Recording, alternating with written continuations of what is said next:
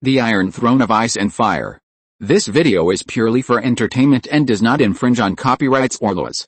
The rights to the novel and image belong to the original author. We do not claim ownership.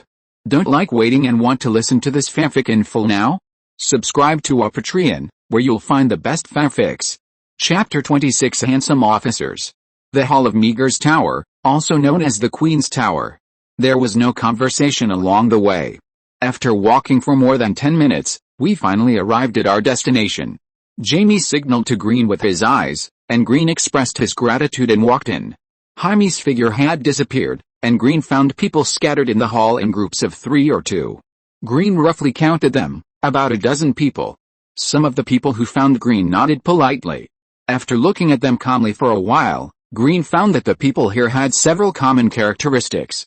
They were all young and handsome, probably around 20 years old. Judging from the emblems on their clothes, they were all nobles from the Westerlands and King's Hill, and most of them were nobles from the Westerlands. Don't tell me that these people are the Queen's affairs officers. This appearance can make people say something is wrong even if there is nothing wrong. At least on the surface, it really looks like a team of concubines. Jaime is here every day, Queen Cersei, not so hungry, right? In the hall, with a voice coming from his ears, Green recognized a person. With golden brown hair, light green eyes and a handsome face, he looks about the same as Jaime, but lacks some of Jaime's heroic spirit. Lancel Lannister, the eldest son of Kevin Lannister, is known as the Wine Pourer. Congratulations, Lancel, I'm a little jealous of you. Yes, you have a bright future as the king's attendant. Yes, hush, Duke Arryn is in poor health, maybe Lancel will be the future hand of the king. Yes, only the most reliable people can serve as the king's attendant. Facing the compliments of everyone, Lancel maintained a perfect smile and was graceful. Green touched his chin. At this time, Lancel, who was about to serve as King Robert's attendant, was full of vigor and energy, far from being submissive under King Robert's scolding later. Normally, if one can serve as the king's attendant, his future career in the Red Castle will definitely be smooth sailing. Unfortunately, King Robert was a man who could not be judged by common sense. He scolded the king's attendant, who everyone thought had a promising future, into a wine-pouring attendant. Green walked over at the right time. Good day, Lord Lancel. Lancel looked at Green in his side and shook his head gently. Good day. Lancel discovered a swamp marigold family crest on Green's body, and suddenly said, Baron Green of the Crab family. Green nodded. It's nice to meet you. I accidentally heard your conversation and couldn't help but come to congratulate you. Green's heart jumped a little. With Green's congratulations, Lancel's cheeks actually blushed. Thank you. I heard that you came to King's Landing, and I have long wanted to visit you. I have read The Raven of Meester City several times. The battles you commanded are really wonderful. I have always dreamed of leading troops in battle, but unfortunately my family is good at governing. When I was young, I kept it a secret from my father. Green was relieved. This is a little fanboy, and it was a misunderstanding just now. Lancel changed his introverted look and talked to everyone about the battle commanded by Green. Buzz! People around him who knew or didn't know the inside story kept exclaiming as Lancel spoke. Their exclamation was not for Green. At this moment, no matter what Lancel said, everyone would give him face and support. Hiss! Green was ashamed to be with such a flatterer who went with the flow, and quietly left the crowd. When Green was getting a little bored waiting, he finally heard the loud voice of the Queen is here. Green moved with the crowd and stood still. Everyone's eyes quickly focused on the stairs. Queen Cersei's figure had appeared on the stairs and was walking down slowly. Queen Cersei was wearing a one-shoulder off-shoulder long dress, and her curly golden hair naturally fell on her collarbone. The faint golden lines and dazzling gemstones made her look extremely rich. As soon as Queen Cersei's beautiful figure appeared, Green felt that the people around him were full of respect and even admiration for the Queen. At least she was not a simple person to be able to stand here, looking at the eyes of a loved one. Green shook his head. It was too different from his usual personality. Green could not learn to express emotions in this way. After Cersei walked down the stairs, she stopped. Jaime stood behind Cersei very faithfully, acting as a guard. Good day, my officers. Everyone touched their chests and saluted. Good day, Your Majesty. Cersei nodded her beautiful chin slightly, her eyes moved slightly, and her voice was cold. Baron Green. After Queen Cersei finished speaking, Green walked out of the crowd and saluted again. Good day, first meeting, Your Majesty.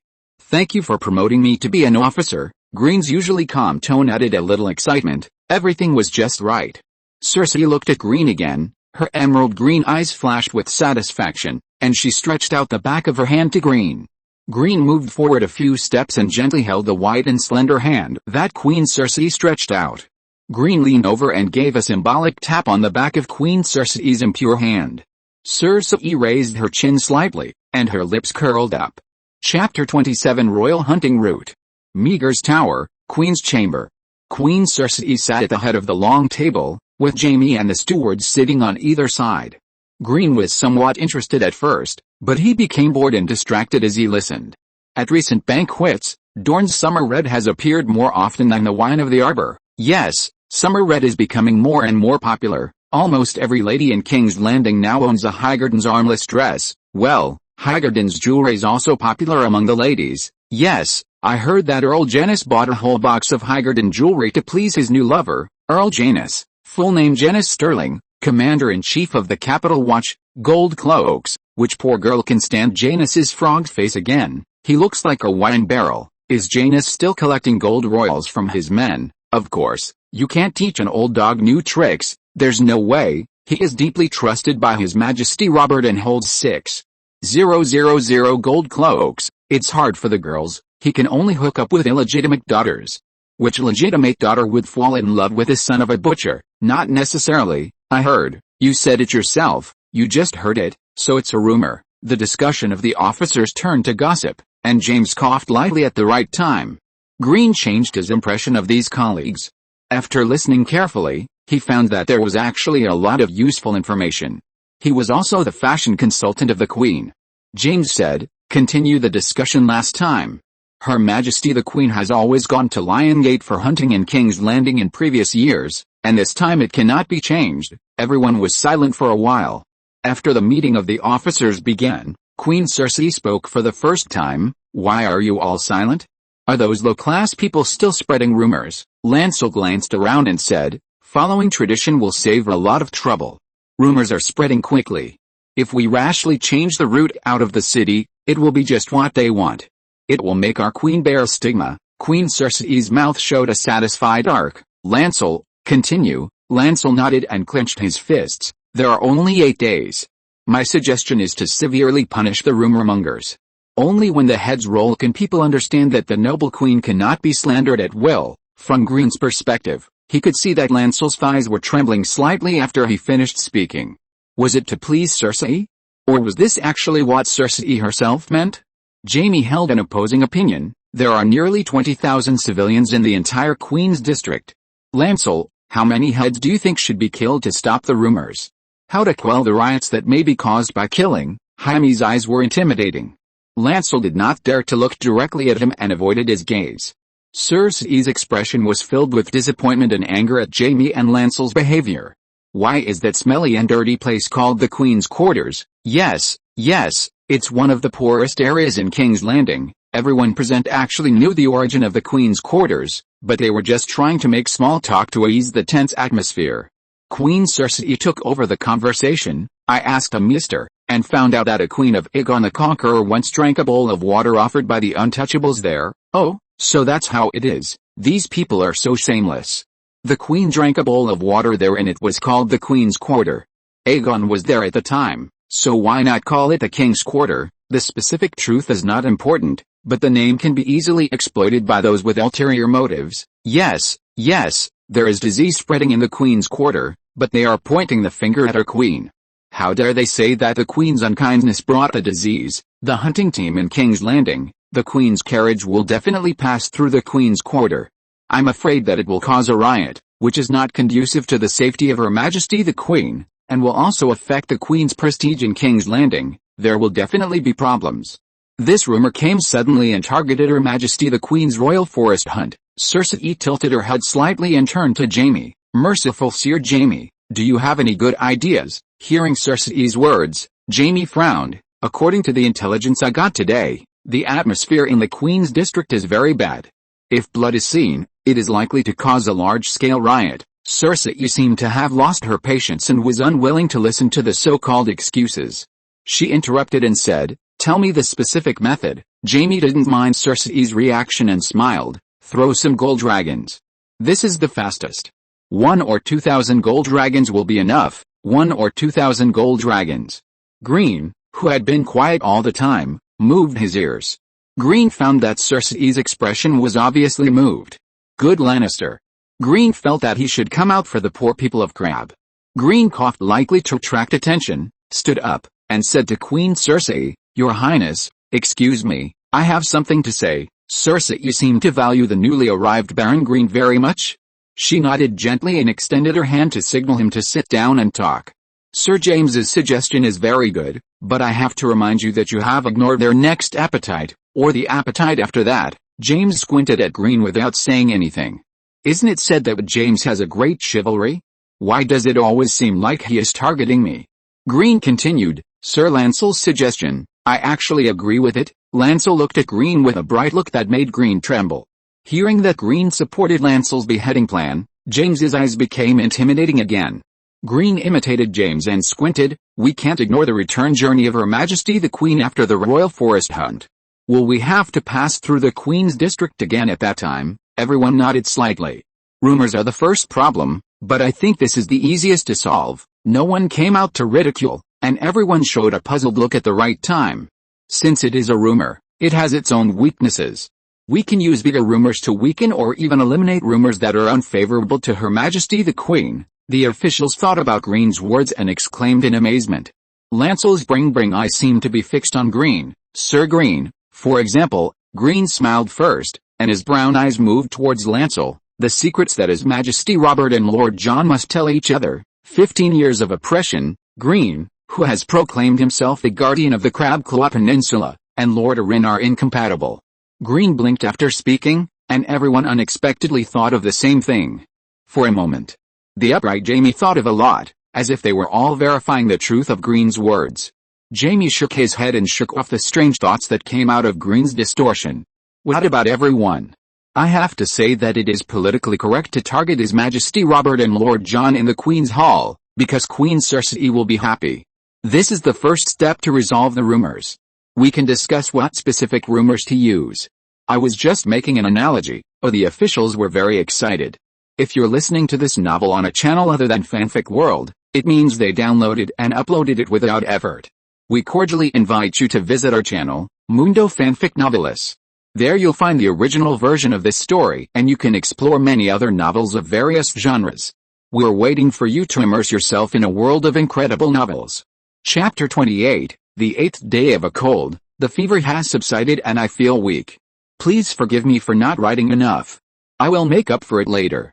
The meeting in the Queen's Hall continued.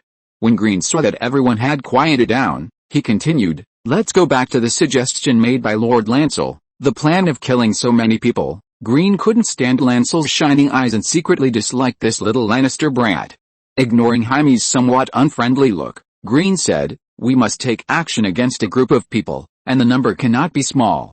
The dignity of Her Majesty the Queen cannot be trampled upon easily." Green met Jaime's gaze without waiting for him to speak. "If we don't handle it well this time, there will be insidious rats who will continue to slander our queen in secret next time." Cersei rolled her eyes at Jaime secretly and helped Green interrupt Jaime, who was about to speak. "Go on." Green nodded at Cersei. "Be fair and selfless, and do things in an upright manner. We can use the name of uprightness to achieve our goals." "Sir Jaime, the Queen's district is one of the poorest areas in King's Landing, and the order is chaotic. How many people do you think should have been beheaded there long ago?" Jaime's palms clenched unconsciously, and he asked in a concentrated voice, "I admit that there are many extremely evil people there, but I still want to ask, how do we distinguish who is the rumor monger, and how do we prevent riots caused by beheadings?" Jaime has seen the horror of riots, like hell on earth, and innocent civilians will be the biggest victims. Jaime has a knight's compassionate heart. He is not afraid of killing people. What he is most worried about is that if it is not handled properly, it will cause riots, and the result of the riots will further hurt Cersei. Green's tone is not hurried. "Sir Jaime, we must first unify the issue of whether to kill or not. The riot is a problem to be discussed later." Green glanced at the officials around him and said in a deep voice, The rumor-mongers are definitely not just the heinous people in the Queen's District, but the heinous people in the Queen's District are definitely one of the rumor-mongers. The sword is sharp enough, and the dark people will be terrified of Her Majesty's iron fist. Only with fear will they be more daunted. This result is what we want to achieve. There was silence for a while. Some people suddenly realized, some sighed, and some were still thinking. Finally, they nodded one by one. Cersei's beautiful eyes looked at Green's handsome face and nodded slightly. Jaime was almost convinced, but he didn't want to let Green off easily. He glanced at Green and said, "What if there's a riot?" Green maliciously commented on Jaime's pettiness. Green, who was used to being a mountain king in Crab, almost knocked on the table out of habit, but fortunately he held back. It just so happens that there is a fact that the Queen's District is spreading now.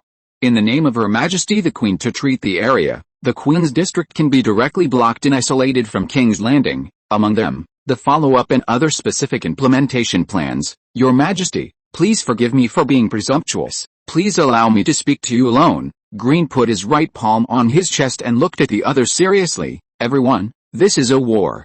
Please forgive me. The principle of confidentiality before the war. The important part is not suitable for public discussion here. There are no secrets in the Red Castle. If Green wants to stand out from the many officials, it is impossible to be all round to everyone. Green's last sentence, at least, did not ignore the feelings of others. It was not perfect, but it was enough. Queen Cersei stood up from her seat, and everyone stood up and paid attention. Her beautiful eyes slid across her officers, and Cersei nodded with her chin slightly raised.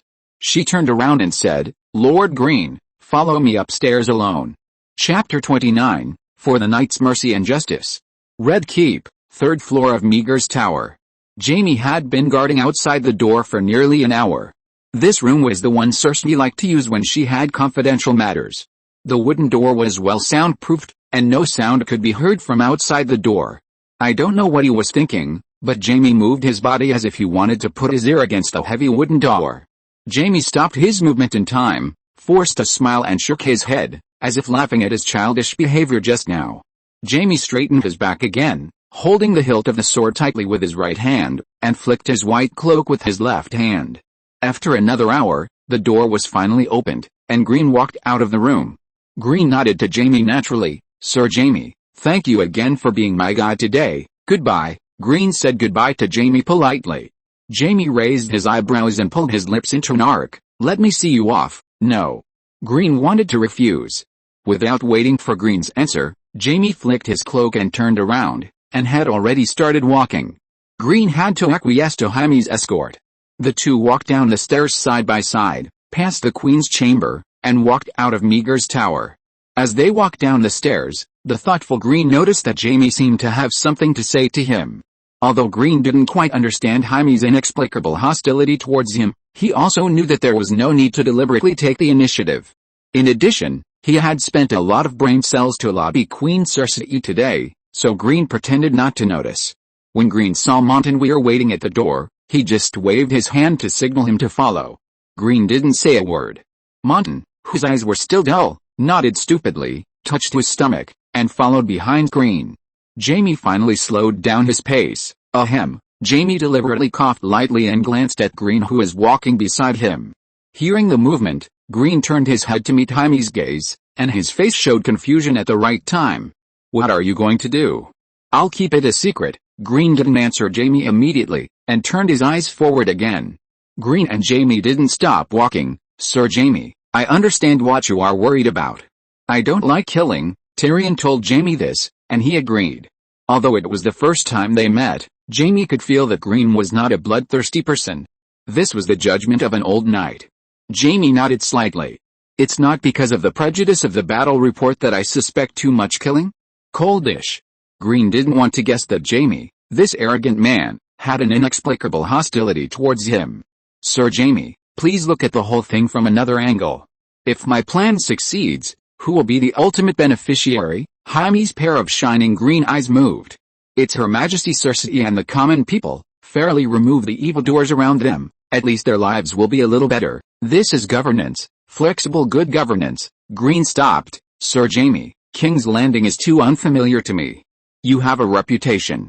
If you are willing to lend a hand, I will have a better chance." Although Jaime's face was calm, his heart was not calm. He felt that his impression of Green had changed all of a sudden. But you can't just listen, you have to see how you do it. Jaime knew in his heart that Green's plan had been agreed by Cersei. Although the smile was faint, Jaime showed a kind smile to Green for the first time. This is about Her Majesty Cersei, I will support you. Green's calm eyes were heavy. For Her Majesty Cersei. Jaime couldn't help but be led by Green and repeated, for Her Majesty Cersei. Green's right palm solemnly pressed against his left chest. Sir Jaime, and for the mercy and justice of the night. Jaime's pupils shrank, and his expression unconsciously became serious. Valley, Seagull Town, Lord's Hall. After listening to the reports from his subordinates, Earl Graveson frowned and said, so, the only clue to the fire at Mecker Manor is the chorus in the harbor square, called. The servant whispered in Earl Graveson's ear, listen to the whispers of the crypt. Yes, listen to the whispers of the crypt, the half-savages of Crab Claw Peninsula, the Crab family. Yes, Crab, they are the ones who did it, right? But can a song alone be evidence of a crime? The Graveson family will be laughed at by the bigwigs of the Red Castle, the sheriff of Seagull Town. I'm sorry, my lord, the thieves left too quickly and too cleanly, leaving us no evidence, Earl Graveson's bachelor said. In fact, everyone understands what happened. The little Baron Crab is imitating what the old Lion Tywin did back then. Earl Graveson touched the top of his head. Kaka.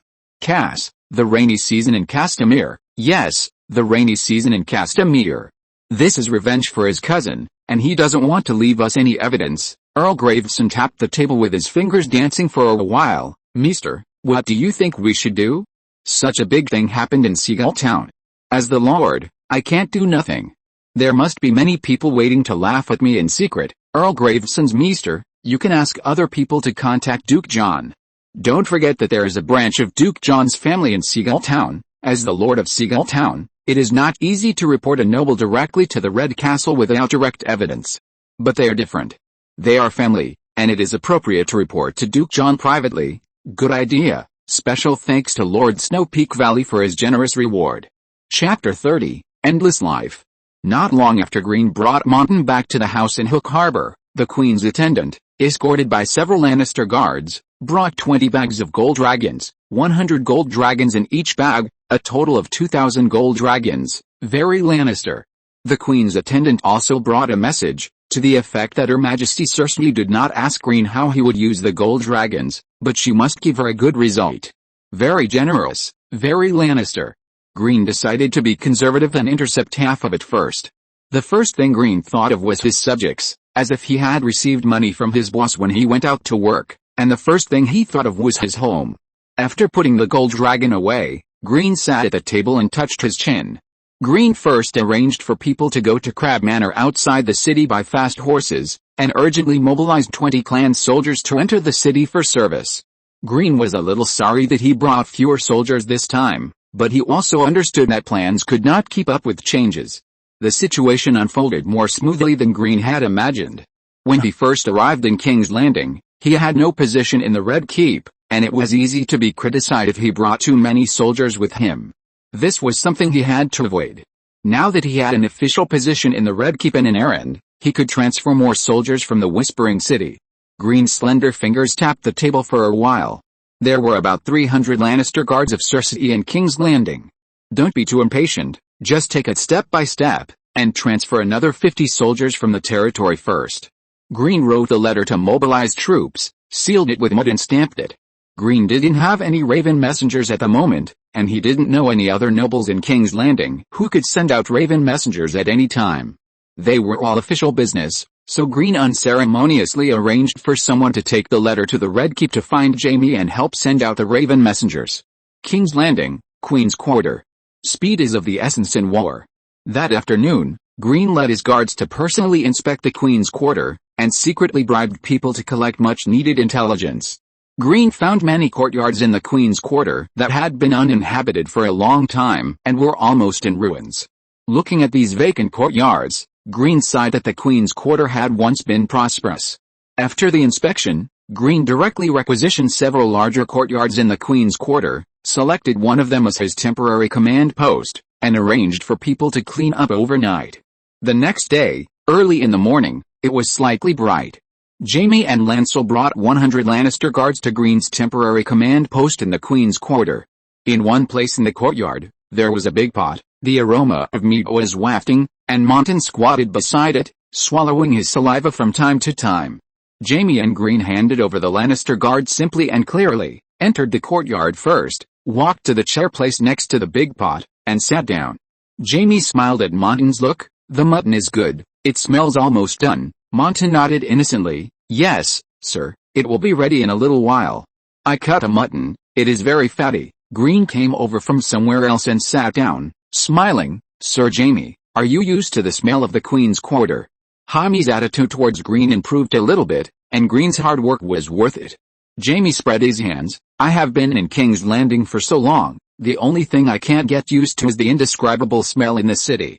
It's not bad here, not too serious." Green yawned secretly. "My men cleaned up the sanitation all night. I heard that you arrested several sheriffs of the Queen's Quarter last night." Green finished patrolling the Queen's Quarter yesterday and controlled the sheriffs of the Queen's Quarter overnight. Jaime had his own information channels and soon learned about Green's actions. This is why Jaime brought the Lannister guards here early in the morning.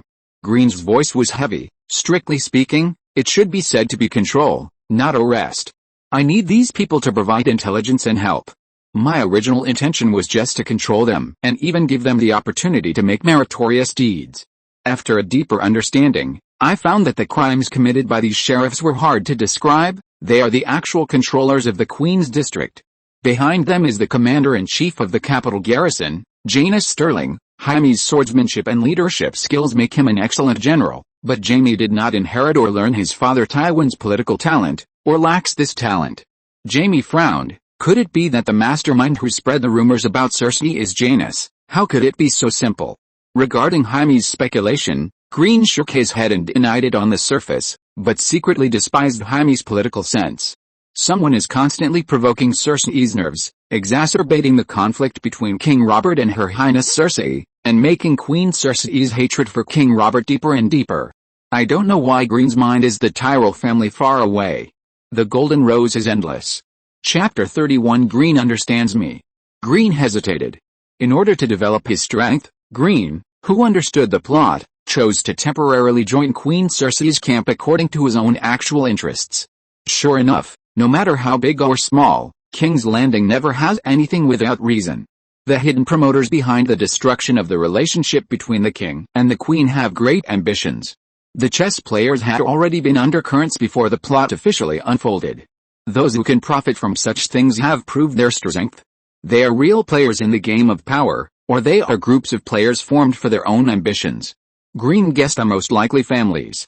Green deliberately showed an evasive look and ordered Monton to serve him a plate of stew. Green embarrassedly avoided Jaime's gaze. Monton put the meat on the plate and handed it to Green like a treasure. Green chewed the mutton, lowered his eyes slightly and enjoyed the tenderness of the stew. The fatigue of working for more than 10 hours seemed to be swept away in an instant.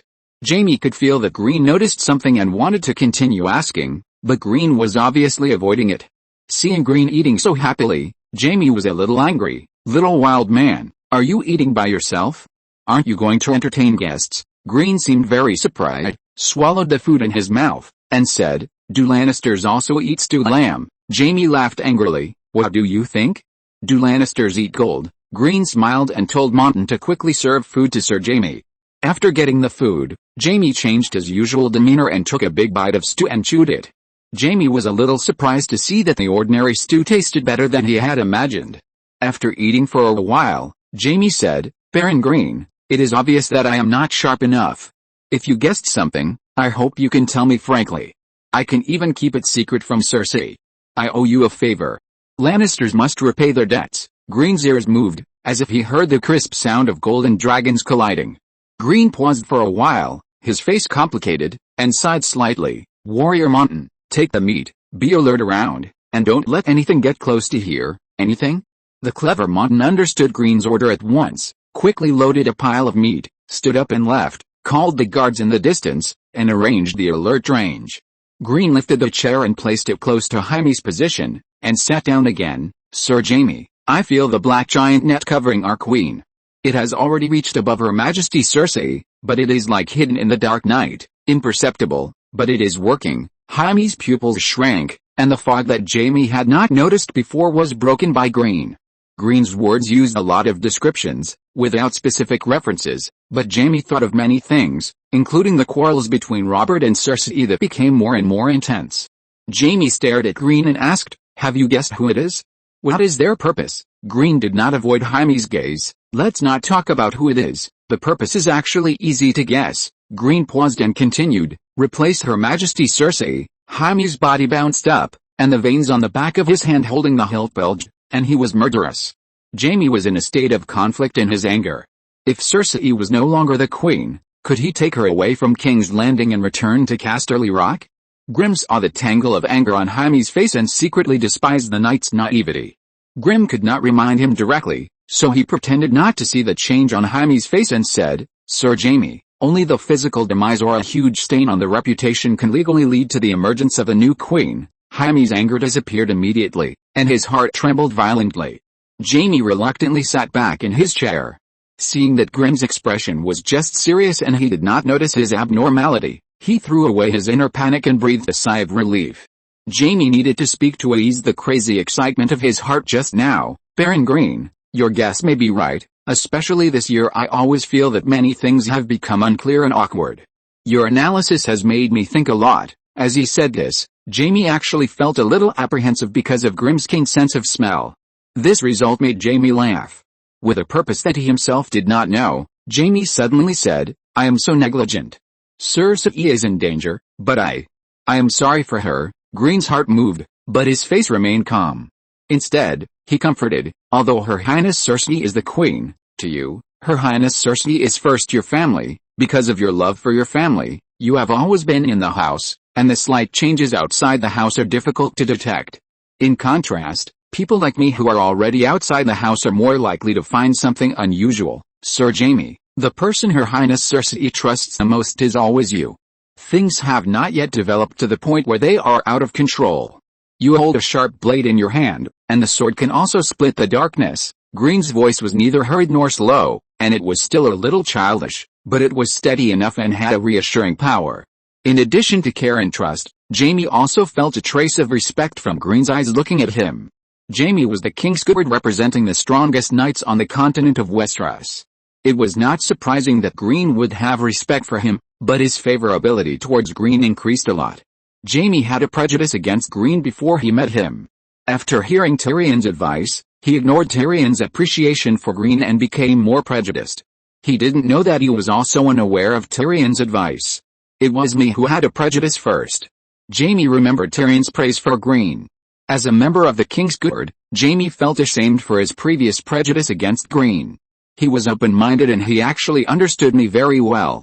Chapter 32, Queen's Quarter under Green. Jaime guessed a mastermind in his mind, and he suspected everyone. Jaime couldn't help but ask again, "Have you guessed who it is?" Green would not choose to tell Jaime the answer, because telling the answer would cause a big problem. Love-brained Jaime would choose to chop people directly, and instigator Green could only be forced to deeply bind to the Lannister family for safety. During this period, the direct reason why Green chose Cersei was that she could bring power and gold dragons to Green. King Robert's oppression mode can torture a high-spirited Lancelot or timid young man, but this trick has no effect on Cersei. Although you have been scolding me, beating me, and insulting me, I, Her Highness Cersei, am still not afraid of you and look down on you. Don't let me get the chance, I will definitely retaliate against you.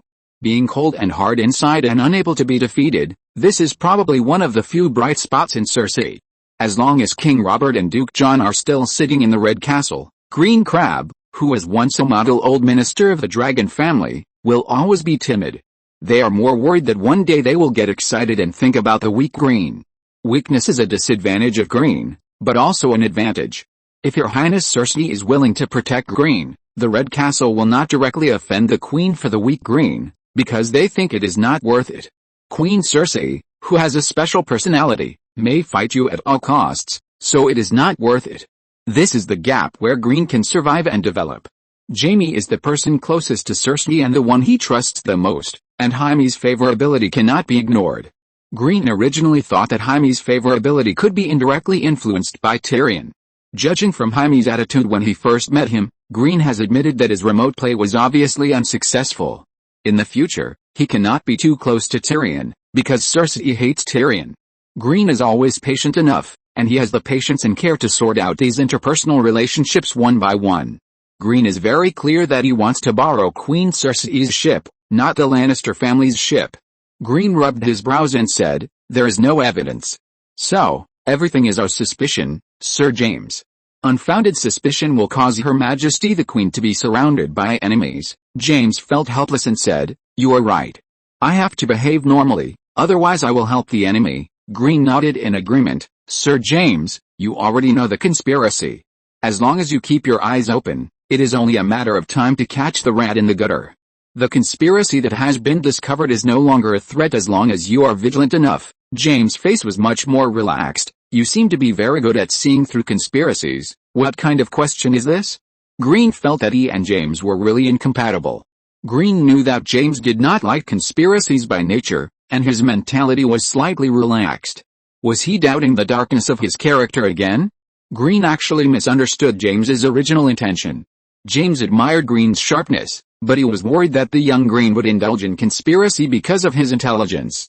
Old Knight James felt obliged to prevent the young people he admired from going astray. The two were not on the same wavelength at all, and they were indeed incompatible. The magnanimous Green could only pretend that he did not understand what Jaime said, and with a faint smile on his handsome face, he said, "Maybe it was because of my living environment that I have a keen sense of danger. This is what my mother told me. In order to keep the family going, she had to take me away from the old place where the family was born. The journey was full of dangers. At that time, whenever there was danger approaching, I would always cry out loudly at the first time. It is said that I am more useful than a sentinel." Green smiled and shook his head. "More than a decade ago, if it weren't for Duke Eddard of Winterfell speaking for us, the Crab family might have died out. As expected, they still have to go to the north to fight zombies." Green, who is far-sighted, also told Jaime in advance about Duke Eddard's kindness to the Crab family. Green sent Jaime away, cheered up and started to get busy again. The connection between the Queen's District and the outside is mainly through 5 passages. Green divided the Lannister guards brought by Jaime into 50 teams of 10 people each, and divided them into 5 teams to set up roadblocks, each responsible for guarding an intersection. Starting that day, the entire Queen's District was blocked on the grounds of preventing the spread of the disease. The remaining Lannister guards and Crab soldiers were stationed in Green's command post, ready to be used at any time. After the blockade was completed, Green, in the name of the Queen, isolated and concentrated the treatment of those who had already suffered from the disease. In order to make the patients cooperate with Green's arrangements smoothly, Green provided free food and medical treatment to the patients in the isolation area. There were fewer patients with diseases than Green imagined, a total of more than 400, less than 500 people. Green added a 0 and announced to the outside world that there were 5,000 patients with diseases, deliberately causing panic in the Queen's District. Most of the doctors in the Queen's District were also concentrated in the isolation area by Green. Green directly asked someone to throw a bag of gold dragons over, and with the shining long swords in the hands of the guards, the doctors were very cooperative. The butler Leighton is mainly responsible for publicity work. The person in charge of Green's atmosphere group to create panic is the butler Leighton. Under Green's publicity, the residents of the Queen's District were all panicked and in danger. After arranging a lot of things, Green successfully implemented a curfew starting from the second night. That is, no one was allowed to walk in the Queen's District after the sun went down. The 5th day in the Queen's District under Green's rule. Green sat in the command post, frowning slightly, as if he was hesitating about something. So far, the evidence of the crimes of 200 people is conclusive, and these 200 people will not be wronged no matter how they are killed. What Green hesitated about was whether he would kill too many people at one time, and whether he would have more titles such as the Baron of Heads or the Baron of Executioner in the future. Green suddenly smiled. Faced with such a thing, why would he think of protecting his feathers? Green's hesitation was only for a short while. The heads are rolling. King's Landing will be his property sooner or later. It is time to distribute benefits to the people of King's Landing in advance. The sooner these evil people are dealt with, the sooner their lives will be better. Under Green's single-handed operation, a new police station was established in the Queen's District. Green's guard Captain Fury was appointed as the chief police officer of the police station, and the steward was appointed as the chief clerk of the police station. The original 50 or so police officers had already been controlled by Green, and none of them were innocent bad guys. At the same time, 100 police officers were recruited in the Queen's District and handed over to Fury and Leighton to restore the security management and patrol of the Queen's District. If this police station is recognized by the Red Castle in the future, and Green's personnel arrangements are not changed, the Queen's District of King's Landing will be controlled by Green. There is no need for Green to feel sorry that the new police station is not recognized by the Red Castle. Green is now using special means such as disease panic to suppress the entire Queen District. The effect is significant in the short term, but it is definitely not a long-term strategy. It will rebound and cause chaos over time. Green does not have the talent and energy to cultivate the Queen District. If it can be controlled by Green, it will only be a small surprise. Maybe Green will only use the Queen District as a bargaining chip in his hand. Everything is still unknown. Chapter 33, Another Strong General. On the 5th day of Green's busy work in the Queen's Quarter, the support from the Whispering City also arrived in King's Landing. The 50 people who came to support this time were all soldiers from Crab's clan, and were led by Mondin Water from the dock of the Blackwater River.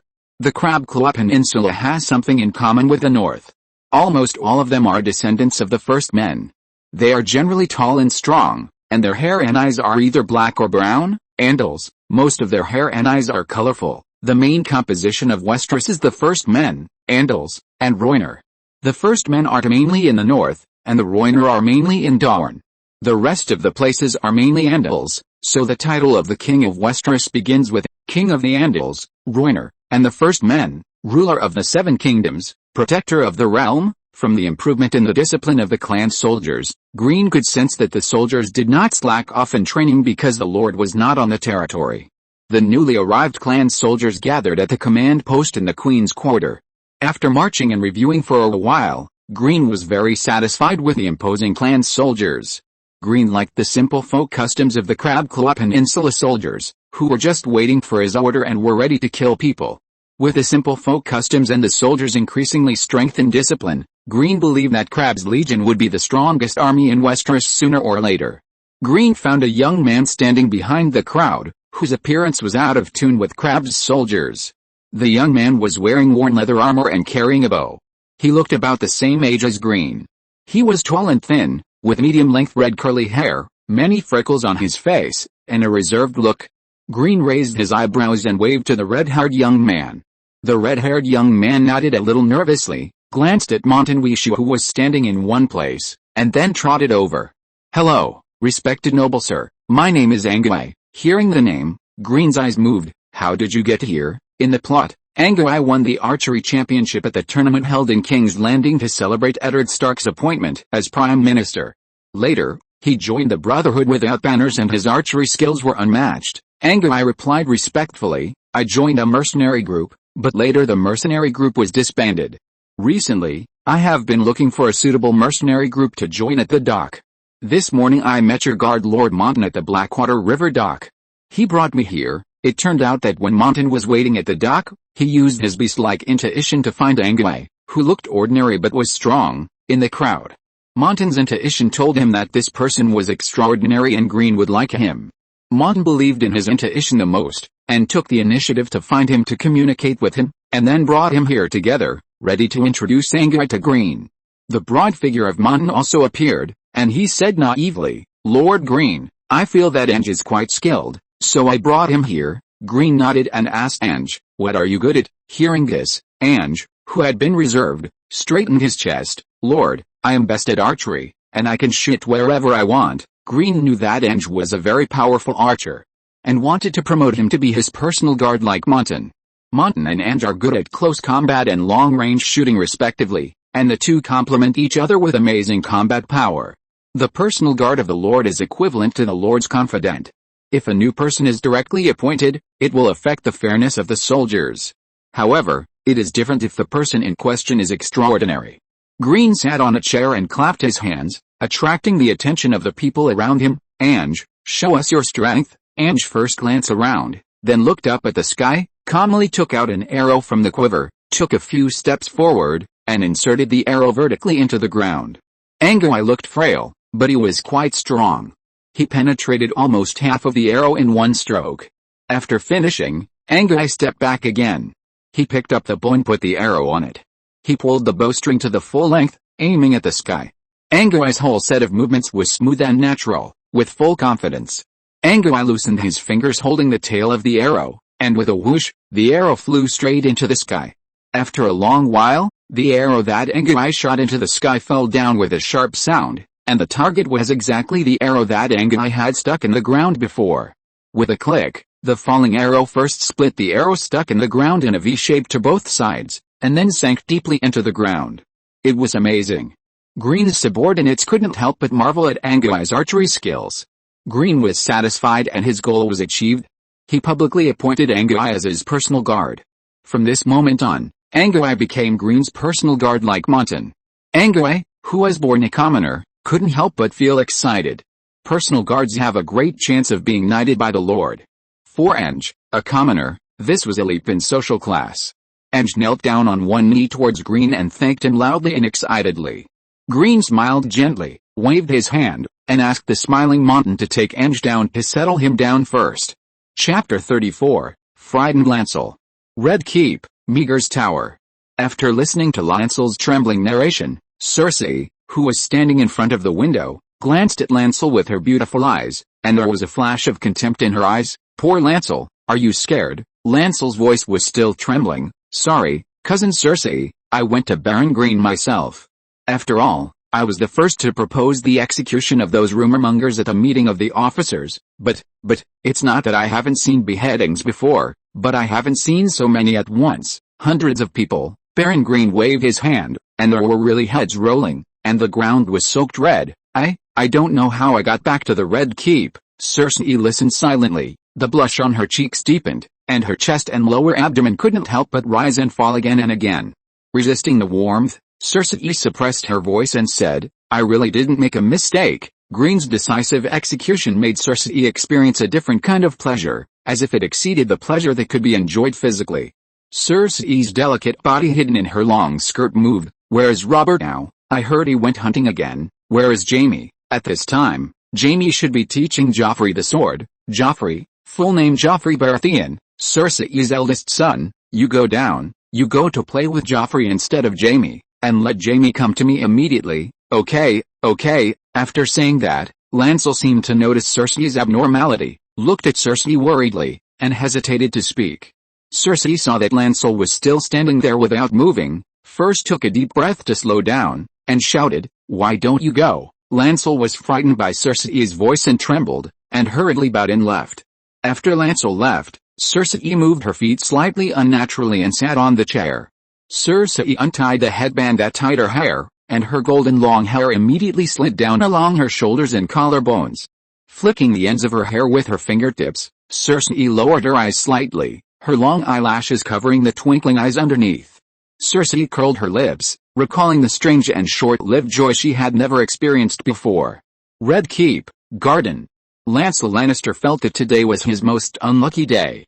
He had been excited to watch the execution of criminals by Grimm, but he was so scared that his legs went weak, and he finally returned to the Red Keep. He endured the discomfort and reported to Her Highness Cersei as soon as possible, but in the end he was driven away by Cersei for no reason. Now, Lancel had a big apple on his head, facing Joffrey who was aiming with a crossbow in his hand. When Jaime was teaching swordsmanship, Joffrey Baratheon was humble and studious, worthy of his status as a prince. Jaime was called away, and Lancel continued to teach Joffrey swordsmanship in place of Jaime with a relaxed mood. Joffrey Baratheon is the heir to the Iron Throne. Lancel feels it is necessary to establish a personal relationship with Joffrey in advance, which will help his future career. Lancel does not want to leave a cowardly impression in front of others, especially this person is the heir to the Iron Throne. But his legs are not obedient and he keeps shaking involuntarily. 12-year-old Joffrey Baratheon has bright blonde hair, fair skin, and is very handsome. Joffrey, who is holding a crossbow and aiming, curls his lips and says, Lancel, if you move around again, I can't guarantee that I can shoot accurately. Lancel trembles even more. Joffrey suddenly gets angry and says, Dog, my dog, think of a way to stop this coward from moving around. The giant man who stood motionless with his sword at his side heard Joffrey's order, moved, and strode towards Lancel. This man had sharp cheekbones, thick eyebrows and gray eyes. The right half of his face was covered with large, twisted scars. He was very burly, wearing smoky gray armor and an olive green cloak. His name was Sandor Clegane, and he was the guard assigned by the Lannister family to Prince Joffrey. Lancel looked at Sandor Clegane, who was approaching him step by step, in horror. "What are you doing?" Hearing the voice of the person coming, Lancel's legs softened, and he finally couldn't help but fell to the ground. He almost peed. Tyrion walked over quickly with an angry face. Joffrey put down his crossbow and showed disgust on his face. "What are you doing here?" At this time, Joffrey's expression was exactly the same as Cersei's. Tyrion approached Joffrey. "My prince nephew, shouldn't you say hello to your uncle first?" Joffrey said angrily. "You disturbed me while I was playing games. Why should I say hello to you?" Tyrion slowed down his tone. "Joffrey, Lancel is also a Lannister, your relative and helper. You shouldn't treat him like this." Joffrey curled his lips. Tyrion stared at Joffrey with disdain and continued, "What you have in your hand is not a toy, but a killing weapon. Lancel may be killed by you by mistake. Have you thought about the consequences? This is not something that can be forgiven by just apologizing." Joffrey didn't want to listen anymore. "Enough. I didn't kill Lancel. Isn't he fine now? I don't want to listen to your lecture.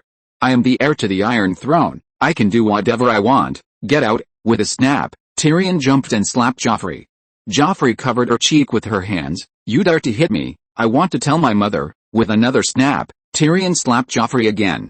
Joffrey screamed and shed tears. "Okay, go and tell me the kind sister. What did his adorable son do just now?" Tyrion's eyes wide open, and he said in a deep voice, "Now, I ask you to apologize to Lancer immediately and promise that you will never use human life as a game again." Joffrey shouted, "Dog, get over and beat him up." Sandor Clegane walked behind Joffrey silently with his long legs, but did not move any other way. You. Joffrey first kicked the tall Sandor Clegane, then pointed at Tyrion and said, "You, wait for me, I won't let you go." Tyrion raised his hand as he shouted and dodged backwards. Tyrion sighed helplessly as he watched Joffrey fleeing in tears. Tyrion reached out and helped Lancel stand up. Thank you, cousin Tyrion. I was so scared. Today has been a terrible day." Tyrion grinned and said, "You're good. At least you didn't pee. I would have done it a long time ago." Lancel's face was bitter. "I still have to thank you for your help. But Joffrey is a prince after all. Is it okay to hide him?" Tyrion shrugged. "It doesn't matter. Cersei doesn't like me anyway. Whether Joffrey is beaten or not, Cersei's love for me will not change. I just regret that I can't teach Joffrey well." Lancel was still worried and said, "I mean, Joffrey is the heir to the Iron Throne. Will he make things difficult for you in the future?" "Aha. King Robert will only thank me for helping him educate his children. As for the future, when our dear nephew inherits the Iron Throne, I can just hide in Casterly Rock and never come out. He won't be able to do anything to me." "Really?" Lancel nodded in agreement and finally let go of his worry.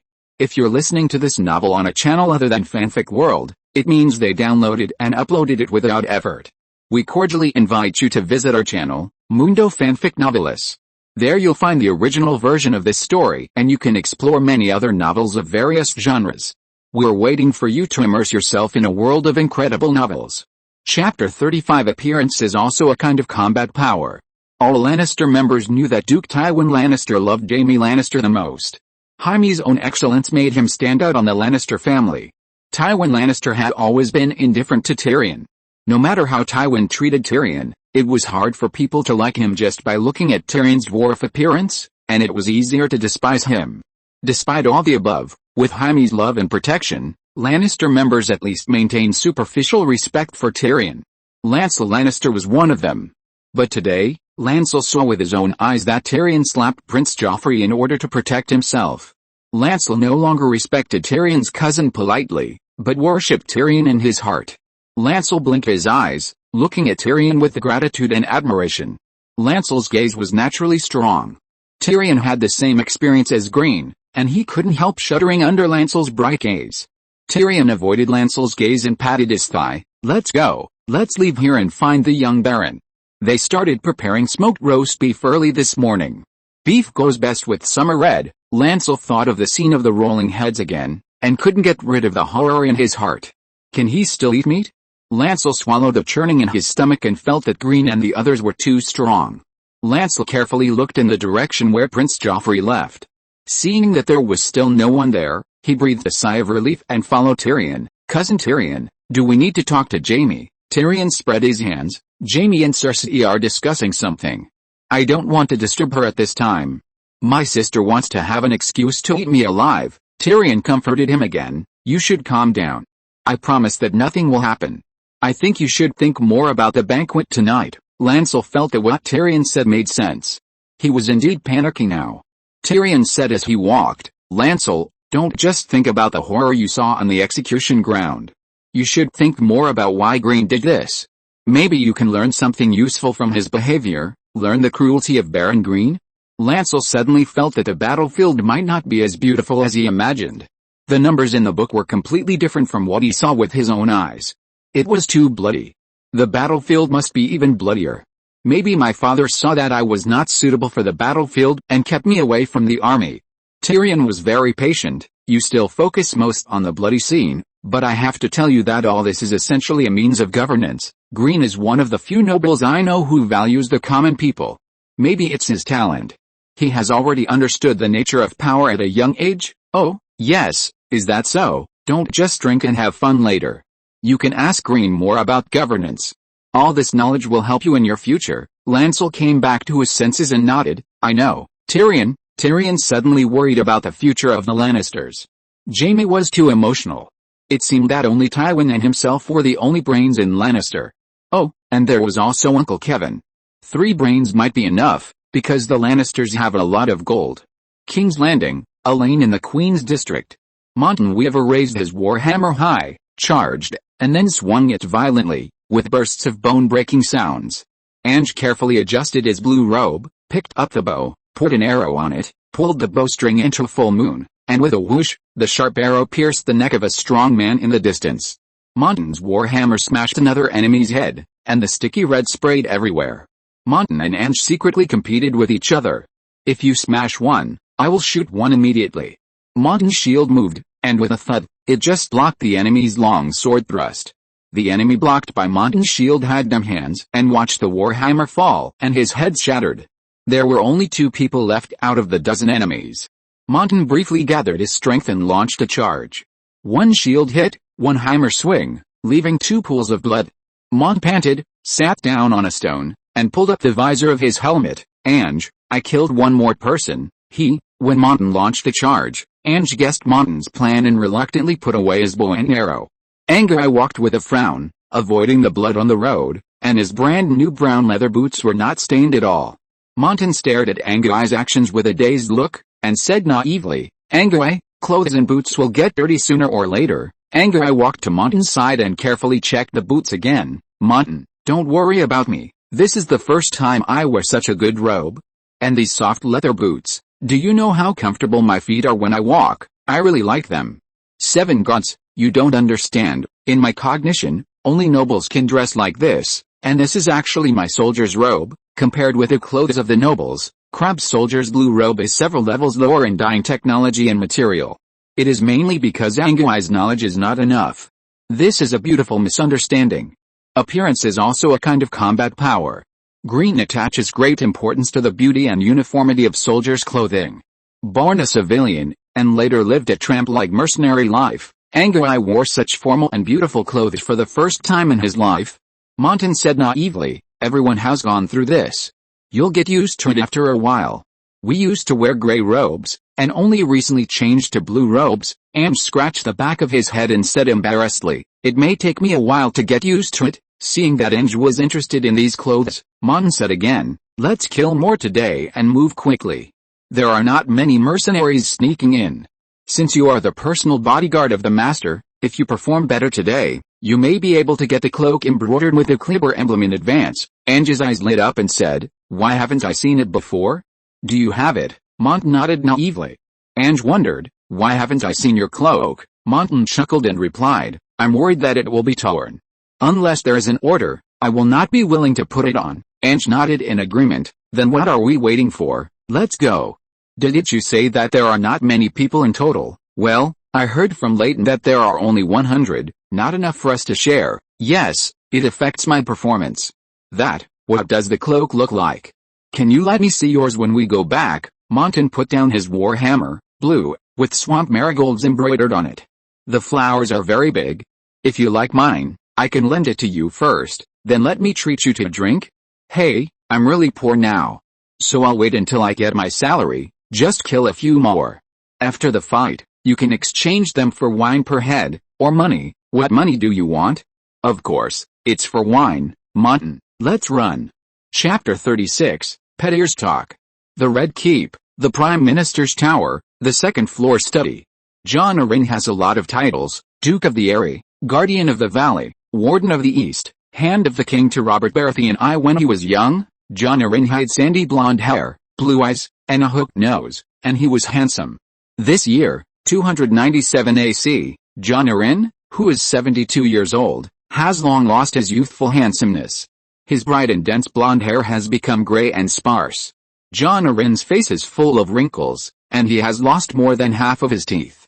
He's hunched over, and the torture of illness makes him look even more old. Jon Arryn's cloudy eyes flash from time to time, indicating that he holds the power of the Red Keep tightly.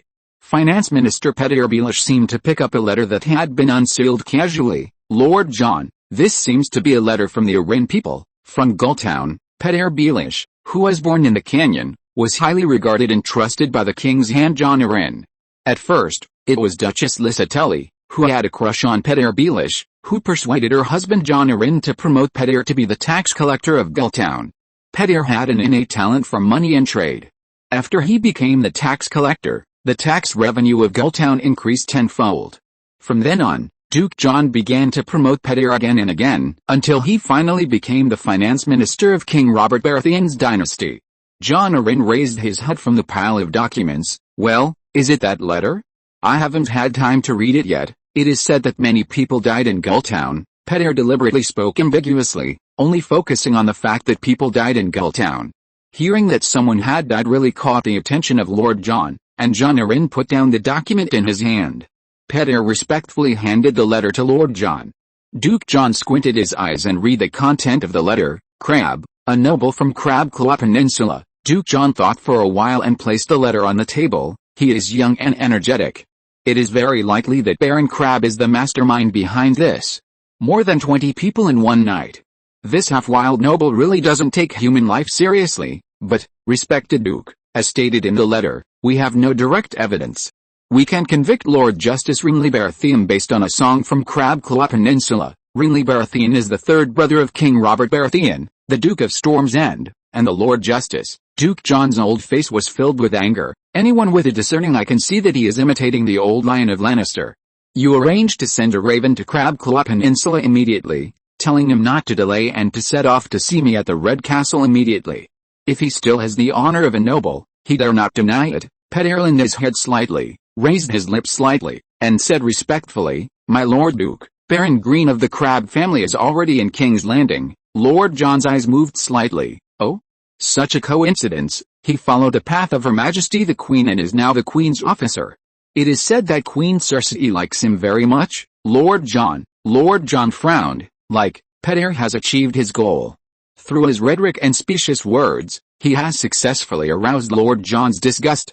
No matter what the world is like, with his understanding of Jon Arryn, he has already hated Baron Green before they met. Petier shook his head slightly. You can also say that he respects him more. It is not easy for Her Majesty Cersei to appreciate someone. The willful Her Majesty Cersei has Green, a sharp dagger in her hand.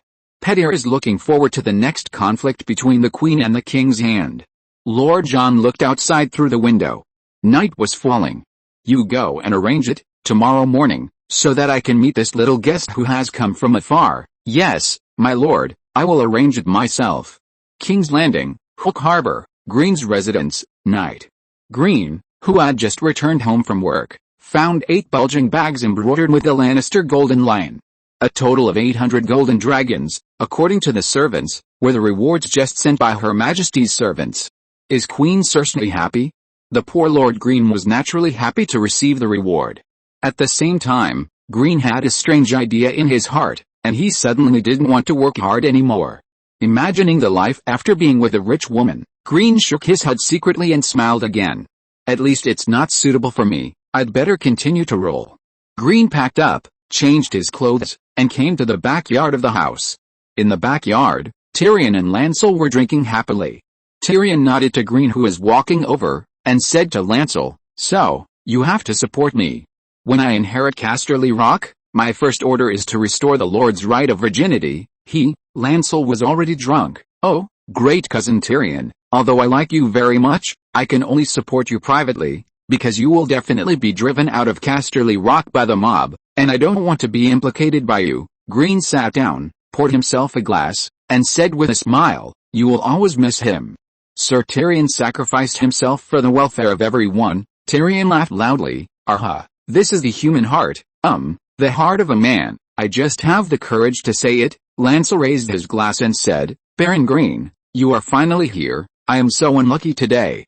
You have to listen to me, I am really so unlucky today." Well, the drunk Lancel was talking nonsense. Although Lancel talked about all sorts of things, Green still understood what happened. Green raised his glass and gestured to Tyrion. "A toast to you, mighty Lord Tyrion." Tyrion took a big sip with a smile, shook off Lancel's hand that had been holding his shoulder, and dragged his chair closer to Green. "Aren't you worried about me at all?" Green took a sip of wine and raised his eyebrows. "You are a Lannister. Besides, the prince who has not inherited the throne can't do anything to you." Tyrion grinned and sighed. "In fact, I really hope to teach Joffrey well. Although this kid is not likable, I have never treated him as an outsider." Tyrion lowered his voice. "When he was a child, Joffrey once killed a pregnant cat. Can you guess why? Just because he was curious about what the kittens in the pregnant cat's belly looked like, he used a dagger to cut open the poor pregnant cat. Joffrey lacks respect for life and disregards the lives of others. If he is not corrected in time, he will be a mad king in the future. Is it really okay to tell me this royal secret?" Green glanced at Lancel, who was still talking to himself, and said, "You'd better persuade Lancel to find a way to take up the position of King's Squire ahead of schedule." Tyrion agreed. Lancel left Joffrey with the impression of being cowardly. Joffrey's character. The more cowardly he is, the more he likes to tangle. If he thinks you are not easy to mess with, Joffrey will dare not provoke you. This is my dear nephew, the heir to the Iron Throne. Thanks to apologies for the reward. Chapter 37 The Beasts Around Me, Part 2. Lancel's chattering was annoying. Tyrion couldn't help but call Lancel's followers to carry Lancel away. The world became beautiful and quiet. Tyrion threw a few pieces of wood into the bonfire. "Queen Cersei, you may be in charge of the royal forest hunt in 2 days." Green leaned back in his chair, his posture very relaxed. Green took a sip of summer red and moved his eyes to Tyrion. Tyrion shrugged. "My sister has strong emotions, whether it's love or hate. When she likes you, she can't wait to give you everything." Tyrion restrained the smile on his face and said seriously, "If she hates you, she will want you to die. The more cruel, the happier." Tyrion reached out and picked up the wine jug, and while pouring the wine, he said, "You will be very busy next." "My sister, well, she loves you the most among all people in King's Landing." Tyrion was serious for only 3 seconds, and then he turned into tease. Green bent his lips slightly. "Sir Tyrion, I will try not to make mistakes and prolong the Queen's love as much as possible." "Thank you for your advice." Tyrion grinned. "Yes, prolong it as much as possible, last a little longer, like a man." I almost made a joke about Sister Cersei's love." Tyrion raised his glass and pointed to the Red Castle. "Forgive me, my dearest sister." Green couldn't help but smile. Monton and Angway, one wide and one tall, sat around a bonfire in another part of the backyard. Angway drank ale happily and focused on the direction of Green not far away.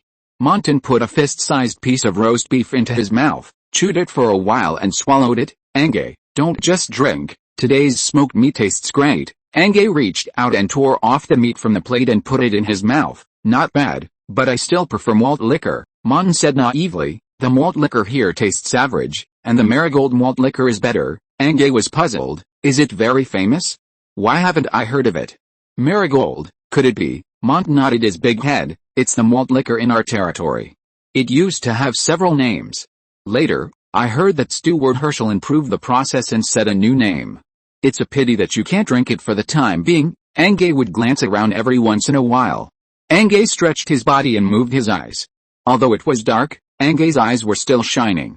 After finishing the action, Am said, "Thanks to the 7 gods, thank you Lord Green, although I haven't been there yet, I finally have a home. I love Whispering City." Ange took a big sip of malt liquor and wiped the corner of his mouth with the back of his hand. "When I go back, I will find a bride, I will have a son, I will teach archery carefully. 7 gods, I used to be in danger every day, I dare not think about these." Mon smiled. "Kill more people, the credit is enough, Lord Green will reward the manor." Ange nodded heavily, and suddenly said, "I wonder if the girls in Whispering City will like me." Mon thought for a while, and said in a silly voice, "The women in Whispering City are not inferior to men in fighting. You are pretty. You have to be careful. If she likes you, she will carry you away directly. If you can't beat her, you will be hers in the future. Why fight? Why resist? Oh my God, is Whispering City the hometown of the 7 gods? There is such a wonderful place in the world. Actually, I like to be passive." After saying that, Ange's smile was a little obscene. Clever Montan understood Ange's smile and laughed along. The 2 men who were laughing suddenly stopped, and their eyes were fixed on the same place at the same time. Peter's squire, led by Sergeant Green, had just walked into the backyard when he subconsciously felt hair on his back and stopped moving. He felt that he was suddenly stared at by 2 or several beasts, as if he would be bitten off the neck by the beasts if he moved again.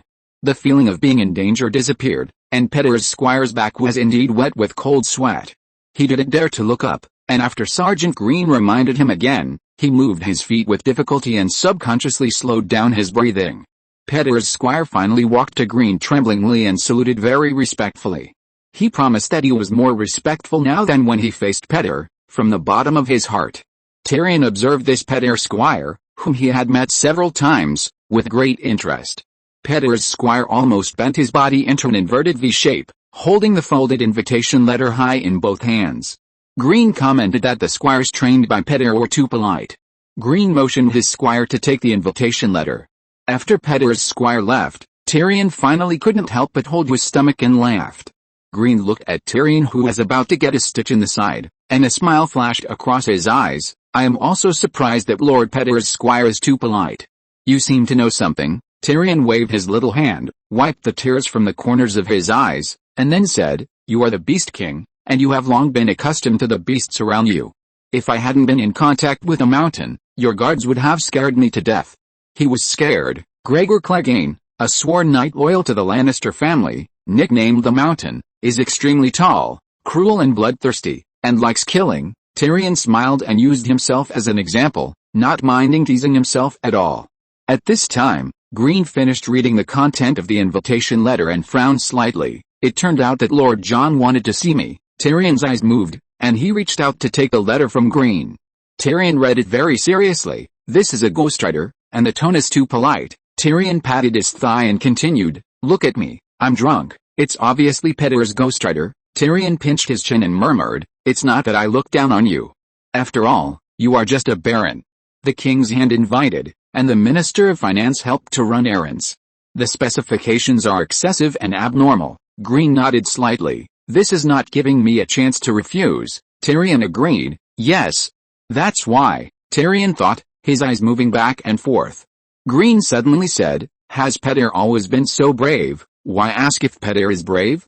Tyrion showed doubt on his face. "He is a man who has armed himself tightly with elegance, and is very cautious." Tyrion paused as if he thought of something, and met Green's steady gaze. "It seems that he has floated on the water, but in fact," Green couldn't translate the phrase "hiding in the city in Westeros." "Hooquin really loves you. It seems that he stands in front of the crowd, but he stands in the place that is most easily overlooked." Tyrion added, "Tight time, high-profile invitation, the light of the king's hand. Littlefinger is really cunning." Green was a little confused. Was he underestimated? Or, as agreed, I will try to update twice today. Please support me. Chapter 38 King's Night. Chaos is a ladder. Peter Baelish likes or is good at creating chaos and then profiting from it. Every time he causes chaos, Peter can always strengthen his own strength. What is his purpose, or is it just a random move? Normally, when summoned by Lord John, who has been suppressing the model old ministers of the Dragon family, Green, as a descendant of the model old ministers of the Dragon family, would definitely panic and ask Queen Cersei for help at the first time. Queen Cersei has always been dissatisfied with Lord John's monopoly of power. According to Queen Cersei's personality, she may even take this matter as an opportunity to attack. Queen Cersei's perspective is, you dare to touch my people? I finally caught the handle. This opportunity that is delivered to my door, I can't let it go. With Cersei's poor political wisdom, maybe even if she knows that this is the handiwork of Petyr Baelish, she will secretly thank Petyr Baelish. Queen Cersei can make a big deal, but she can't win anything from Lord Jon. Queen Cersei is no match for Lord Jon, and she will never reflect on her own mistakes. She will only blame the people around her, especially Green. Just as Tyrion said when analyzing Queen Cersei's character for Green, she likes you very much, but when she hates you, she will hate you even more. Green's favorability is likely to be 0. It's not life-threatening, but Green is likely to be expelled from King's Landing and become a laughingstock. At this time, Boss Cersei is unreliable. This is also the disadvantage brought about by Green's low political status. In Petyr's view, even if it is exposed later, a country baron who can't protect himself dare not retaliate, let alone have the strength to retaliate. Petyr may think that he is more likely to hide silently behind the scenes, and you can guarantee his safety whether he goes left or right. If Petyr knows Green, his actions will be more cautious and his strategies will be more sophisticated. He will not use means easily, or stay out directly. Petyr regards Green as a small chess piece that can be pushed out and sacrificed without any threat. He is underestimated. Green stopped thinking, my sincere friend Sir Tyrion, I need your help. Tyrion's face was serious. What do you want to do? Green first expressed his gratitude. I don't have my own intelligence channels in King's Landing. I need information from the Lannisters. I want to meet Petyr Baelish tonight. Tyrion nodded without hesitation and agreed to Green's request, then said, will there be bloodshed? It will be more disadvantageous to you if things get out of hand. My suggestion is, Tyrion paused for a moment and continued, you can find an excuse to avoid it temporarily. You may be responsible for the Queen's Royal Forest hunt. I will go to see Jaime tomorrow morning to settle things first. Green shook his head slightly. I don't deny that this is a good idea. Maybe after a while, the big guys will forget about me. A little guy. Green took a sip of summer red, and said again, maybe I can get away with it this time. As long as I am Queen Cersei's affairs officer, I will always be remembered by those who are interested. With a slight sigh, a cold light flashed across Green's eyes. We still have to meet Lord Jon.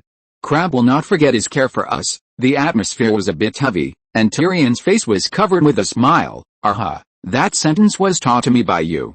Yes, I remember it. Petyr has kicked the iron plate. Green smiled. The worst case scenario is that you can only see me in my territory in the future. I have marigold ale and mermaids there. You will like them, Baron Green. I actually doubt the legend of mermaids. Late at night, the whole King's Landing fell asleep. Green, wearing black leather armor, leaned against the outer wall and stared at the starry sky. In the courtyard, Ange approached a guard quietly, suddenly attacked, covered the guard's mouth with one hand, and pressed the back of his neck with the other hand. He twisted it hard and the guard fell down. This was the 5th guard that Ange had solved. After finishing the job, Ange simulated the sound of a bird and sent a signal to Green outside. Hearing Ange's signal, Green climbed over the high wall and quietly entered the courtyard. Ange approached Green and whispered, my lord, the 3 sentries and 2 secret sentries have been dealt with, and our people have taken over their positions. Green's clan soldiers are really not suitable for this kind of night attack. Fortunately, Ange, who has just joined and is a natural archer, is good at it. Otherwise, Green needs to do it himself. Green decided to transfer another batch of Survey Corps over. They are suitable for this kind of work. Ange said again, entering the house is not like outside. It is easy to wake up the guards inside. I suggest we climb the window directly. Green looked up at the window on the 3rd floor. Petyr actually rested here tonight. He is really cautious. Green thought that Petyr Baelish did not guess that he would suddenly visit, but it was a habit caused by his personality. People like Petyr who like to create chaos every day will not have a fixed residence. Green said to Ange, just you and I will go up, and the others should stay alert. On the bed, Petyr Baelish, who was sleeping soundly, suddenly felt a breeze. Petyr's eyelashes trembled slightly, and then he opened his eyes suddenly. Petyr straightened up and looked at the 2 figures in the bedroom, with a brief confusion in his eyes. Petyr was suddenly startled, and cold sweat broke out on his back instantly. Green motioned to Ange to light a candle, and the room was bright. Petty squinted his eyes, and after adapting to the candlelight, he said, you? Green pulled a chair without hesitation, and put it next to the bed with a thump. Ange walked silently to the door of the bedroom and stood. Green sat on the chair. I am really happy with Lord Peter's gift, so I am willing to disturb you in the middle of the night. You should be very surprised. Surprise? Surprise. Peter suppressed his panic. An elegant smile appeared on his face, and his voice was hoarse. If Baron Green came during the day, I would be more welcome. Peter spread his hands and said, if you don't mind, I would like to put on some clothes. Green was also a little surprised that the cautious Peter actually slept naked.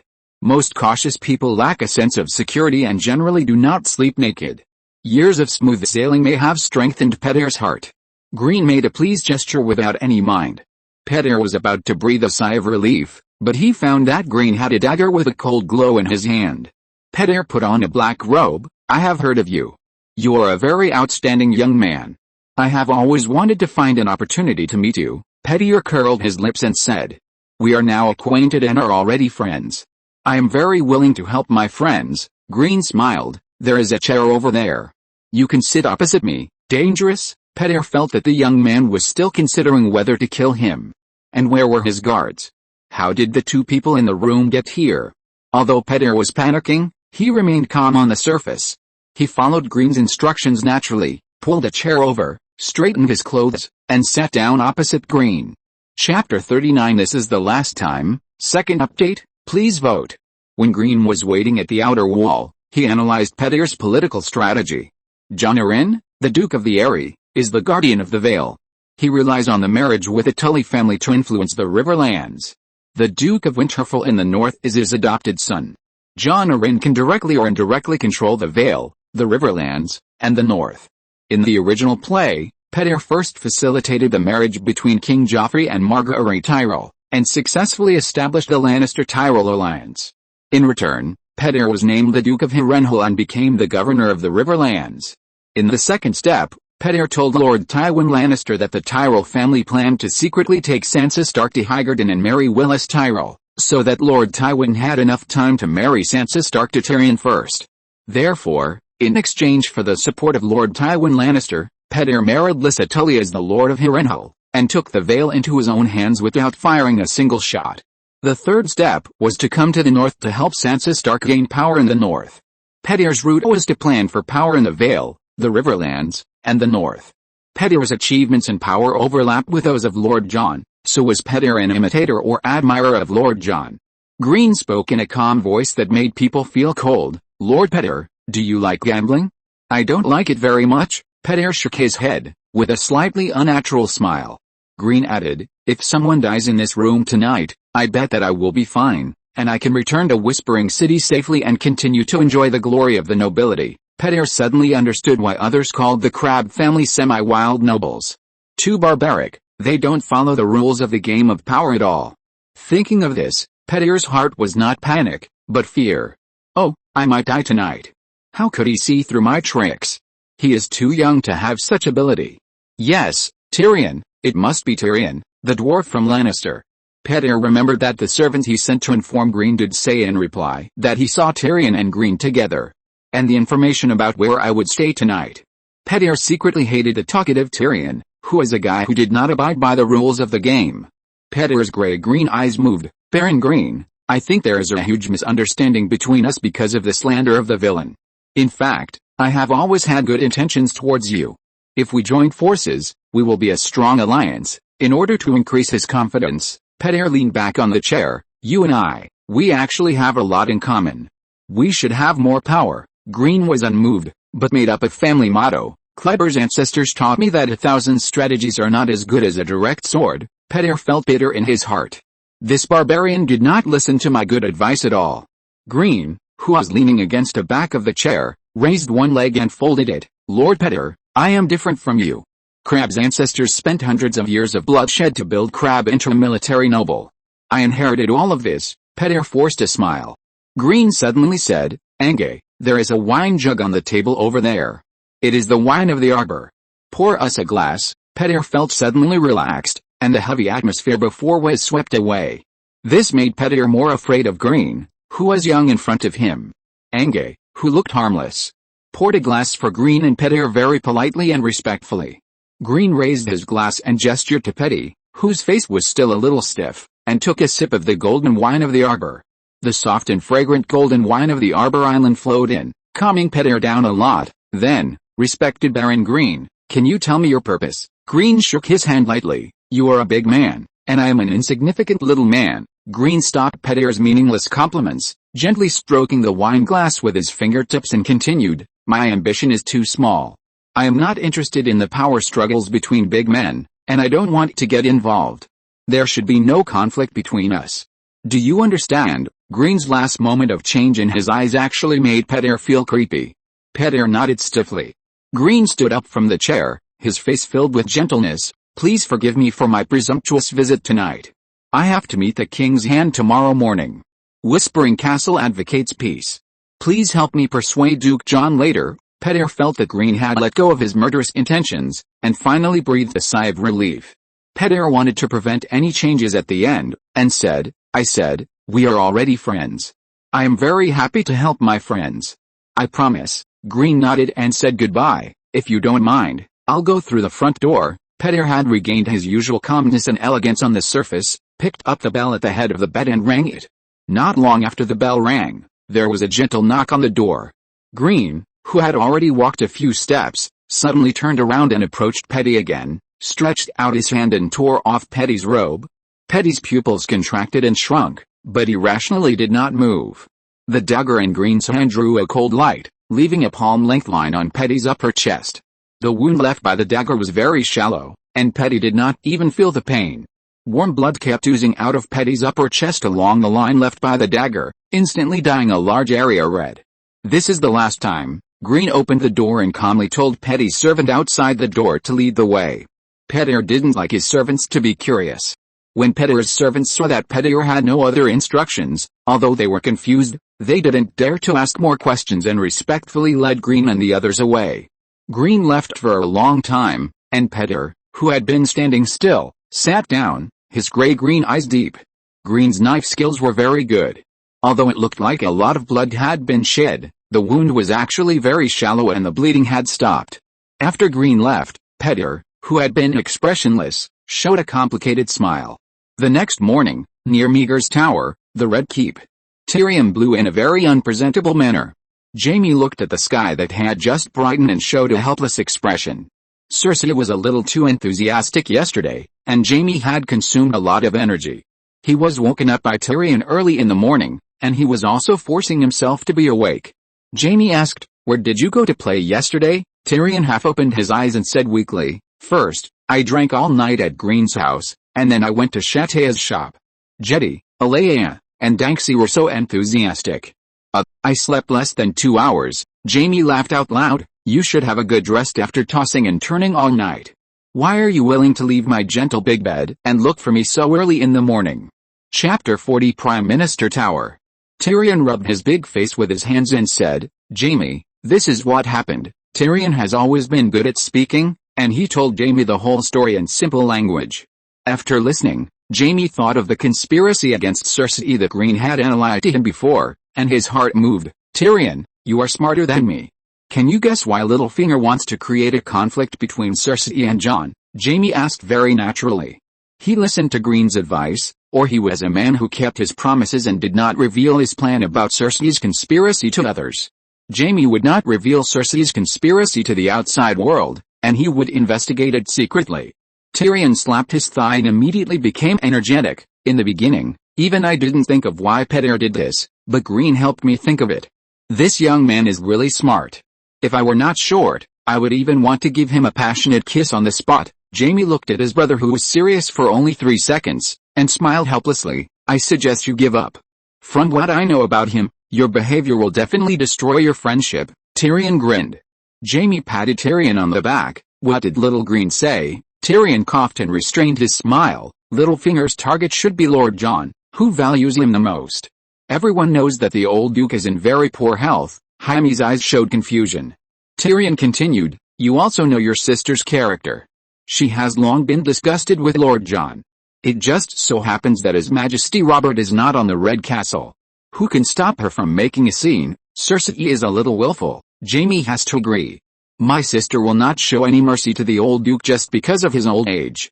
As a result, Duke John's health problems will be further aggravated by Cersei's provocation. Hearing this, Jaime almost guessed Petyar's purpose. Is Petyar eyeing Jon's power? Tyrion nodded. Duke Jon trusts Petyar the most, who is also from the Vale. His health does not allow him to handle government affairs as before. The more he cannot handle government affairs himself, the more he can rely on the Earl of Sheepshit, who seems very loyal and reliable. There was indifference in Jaime's eyes. What a ridiculous conspiracy. He hurt Cersei. Tyrion said in a deep voice. Yes, the Lannisters must pay their debts, so I offered Petyar's position to Green without hesitation. With Petyar's cleverness, he will definitely guess that it was me who did it. Jaime patted Tyrion's little shoulder. Well done, Tyrion. Tyrion leaned closer to Jaime and said, Green will meet with Lord Jon in the morning. We still have to find a way to keep it a secret from Cersei, so as to avoid a conflict between Cersei and Lord Jon. If things get out of hand, we won't be able to hide it from His Majesty Robert. Jaime thought for a moment and said, Don't you think it would be better to let Green stay away for a while? Tyrion shrugged. Green is essentially a knight like you. He told me that the best defense is offense. The language is really amazing. He convinced me at once. Tyrion continued with a smile. I think Littlefinger and Green's night talk should be very pleasant. You can trust him. A knight is never afraid. Jaime agrees with Green's point of view. Jaime, it's up to you to take care of Sister Cersei. Jaime thought for a while and said, Well, there is a way. Princess Myrcella has always wanted to learn a few braids from Cersei. Cersei has been in a good mood and very patient recently. Today is a good time. Tyrion grinned and said, My poor niece, her mother usually lacks patience for these things, and Myrcella will be excited all day. Jaime smiled and shook his head. Cersei won't have free time all morning. Don't worry, I'll be watching her all the time. Jaime, who was about to leave, suddenly stopped. Tyrion, what are you going to do later? Tyrion puzzled. Go back to bed. They are still in bed. I want to continue to be affectionate. It's wishful thinking. Jaime's eyes moved slightly, and he said in a serious tone, I'm still a little worried. The hatred of Lord Jon on the Crab Claw Peninsula is not shallow. Jaime's expression was serious, and Tyrion nodded in agreement. I'll get you a batch of red robes just in case. No matter what happens, you must protect Green's safety first and wait for me to come. Red Keep, Prime Minister's Tower. Green handed Duke Jon's invitation to the guard of the Prime Minister's Tower. After carefully checking the invitation, the guard told Green to go to the study on the second floor and stepped aside. Green left Monton and Ange outside and walked into the Prime Minister's Tower. Good day, Baron Green Crab. At this time, Green had passed through the spacious hall of the Prime Minister's Tower and came to the stairs. The unfamiliar voice with a subtle tone made Green pause. A bald, fat figure wearing a loose robe and with his hands linked appeared in Green's sight from the side of the stairs. Varys? Green raised his eyebrows and stroked his chest, saying, Good day, my lord. Varys walked in slowly. The wisdom in your eyes tells me that you recognize my identity. Green nodded slightly. Excuse me, I have specially asked about the big shots in the Red Castle. Lord Varys? Varys nodded with a smile on his face. It is a very good habit to be willing to familiarize yourself in an unfamiliar place in advance. Varys' eyes were very friendly. Although I am honored that the Baron has classified me as a big shot, I still want to defend myself. I am just a humble little person here. They only look at me more when they need me, and usually keep a polite distance from me. Green smiled. I can probably know the reason. Oh, Varys showed doubts at the right time, as if he was very curious about Green's next answer. Green deliberately whispered, They are guilty. Don't forget your position, Lord Intelligence Manager. Varys smiled happily. This is a wonderful answer. Green smiled and said nothing. Varys looked at Green politely. Baron Green, I just came out of Lord Jon's study and talked to him about you. Without waiting for Green to answer, Varys said again, as the Chancellor of Finance, Lord Petyar did not fully understand some things. I fulfilled my duty as the Chief of Intelligence to supplement the intelligence for Lord Jon. Green's heart moved, and he said, Thank you. Because of Lord Varys' diligence, perhaps the interview with the Hand of the King will be much easier. Varys nodded. It should have been a pleasant meeting, Baron Green. I pity Miss Lyanna Crab's grievances. Please convey my blessings if you have the chance. After speaking, Varys slightly turned his body and stretched out a hand towards the direction of the stairs. Go, Baron, don't keep Lord Jon waiting too long. We will see you next time. Chapter 41 Prime Minister Tower 2. The Red Keep, Meagher's Tower, the Queen's Bedroom. Jaime stood beside the bed and looked at Cersei, who was still sleeping, and his lips curled up unconsciously. The soft silk quilt actually better set off the beautiful curves of the dreamer. Jaime's Adam's apple moved, and he reached out and gently touched the instep of Cersei's feet exposed outside the quilt. "Good day, Your Majesty." Cersei's eyelashes trembled, her plump long legs straightened, her beautiful feet stretched, and her toes opened and closed one by one. After a brief confusion, Cersei's eyes were filled with smiles. "Good day, Sir Jaime. Help your queen get up." Cersei took the robe handed by Jaime and wrapped it around her body, then sat down in front of the dressing table. "Sir Jaime, I feel like you're a little different than usual. Am I seeing things?" The calm Jaime was actually panicked, but he remained calm on the surface and said, "Maybe you're in a good mood." Cersei glanced at Jaime and said, "Tell me, what's the matter?" Jaime walked to the back of Cersei and placed his broad hands on Cersei's shoulders. "Princess Myrcella has always wanted you to teach her how to braid her hair, and I think today's time is just right." Cersei raised her head slightly, met Jaime's gaze, and smiled. "Okay, I promise you, Sire, for your sake, we'll go in a while." Red Keep, Prime Minister's Tower. Green walked at a normal pace, but in his mind he was analyzing the conversation he had just had with Varys. Varys is a thoughtful power player, and his little bird is everywhere. In Green's memory before he crossed over, Varys was the most hidden power player, and he and Illyrio had great ambitions. Green had already stepped into the Game of Thrones, and he also had his own political stance.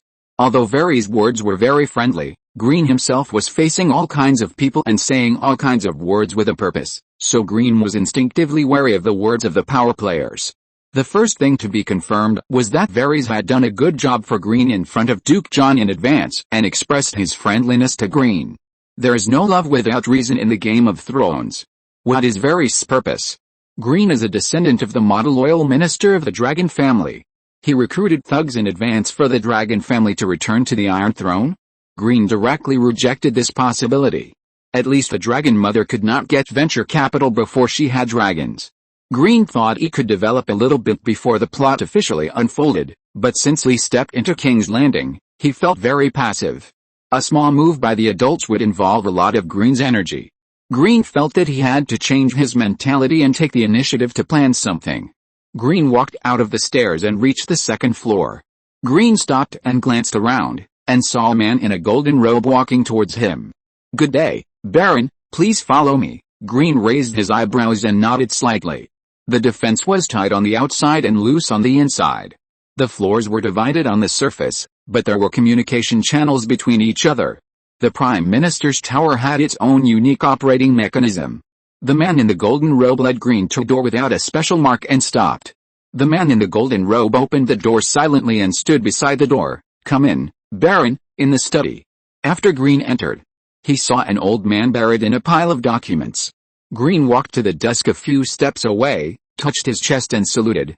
"Good day, Lord Jon." Jon raised his head from the pile of documents, looked at Green with cloudy eyes and said, "I will be busy here for a while. I don't like servants to disturb my work. You can do it yourself, just treat it as your own home. Find a chair to sit, there are drinks in the wine cabinet." Lord Jon seemed like a kind old man nagging his nephew, with a friendly tone.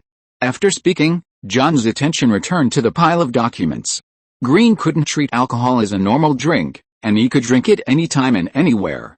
Green pulled the chair placed diagonally in front of the desk and sat down, closing his eyes to rest. After a long time, Lord Jon put down the documents in his hand, stamped them with a bang and put them aside. Hearing the movement, Green opened his eyes and met Lord Jon's gaze. "I'm old, not as diligent as before. Sorry to have kept you waiting for a long time, young Baron. You are very patient." Lord Jon was very kind. Green shook his head modestly, but his heart was alert. Lord Jon leaned back against the chair and said, "As the guardian of the Vale, I am sorry for what happened to your cousin. Alice, as an apology, I can help your cousin find an outstanding young man to let her start over." Green said respectfully, "Thank you for your kindness. My cousin wants to rest for a while, that's fine. She is still young. When she recovers, tell me. There are still many outstanding young people in the Vale." Green stroked his chest and nodded to express his gratitude again. "I can feel your anger. A small merchant in Seagull Town is so brave that he dared to insult a noble lady." Lord Jon paused and asked, Did the blood of that merchant's family calm your anger? Green seemed confused. Whose blood? The family of Westeros. Do you need me to remind you again? The kind old man disappeared. If you're listening to this novel on a channel other than Fanfic World, it means they downloaded and uploaded it without effort. We cordially invite you to visit our channel, Mundo Fanfic Novelis. There you'll find the original version of this story, and you can explore many other novels of various genres.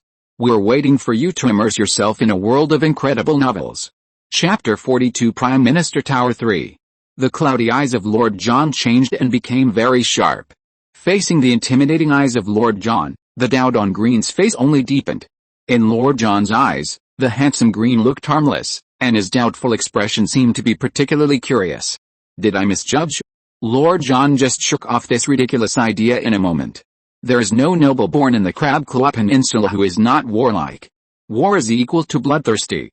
According to the information provided by Varys, the young man in front of him not only recovered the old land of his family, but also has been conquering the mountain wild tribes in the east of the Crab Claw Peninsula. How could these half-wild nobles easily let go of the Seagull Town merchants who dared to humiliate their surnames without bloodshed? Lord Jon's eyes calmed down a lot. Everyone knows that you are the one who did the Meeker family's thing. Green has roughly guessed Lord Jon's purpose. He wants Green to personally admit that he is the murderer. What is the purpose? Green speculated that Lord Jon wanted to expel him from King's Landing. Why expel Green? Green thought of Lannister. Things that Green had not seen clearly before, now became clear. Green had no interest in answering Jon's questioning, and asked back, "My Lord Duke, I have always been curious.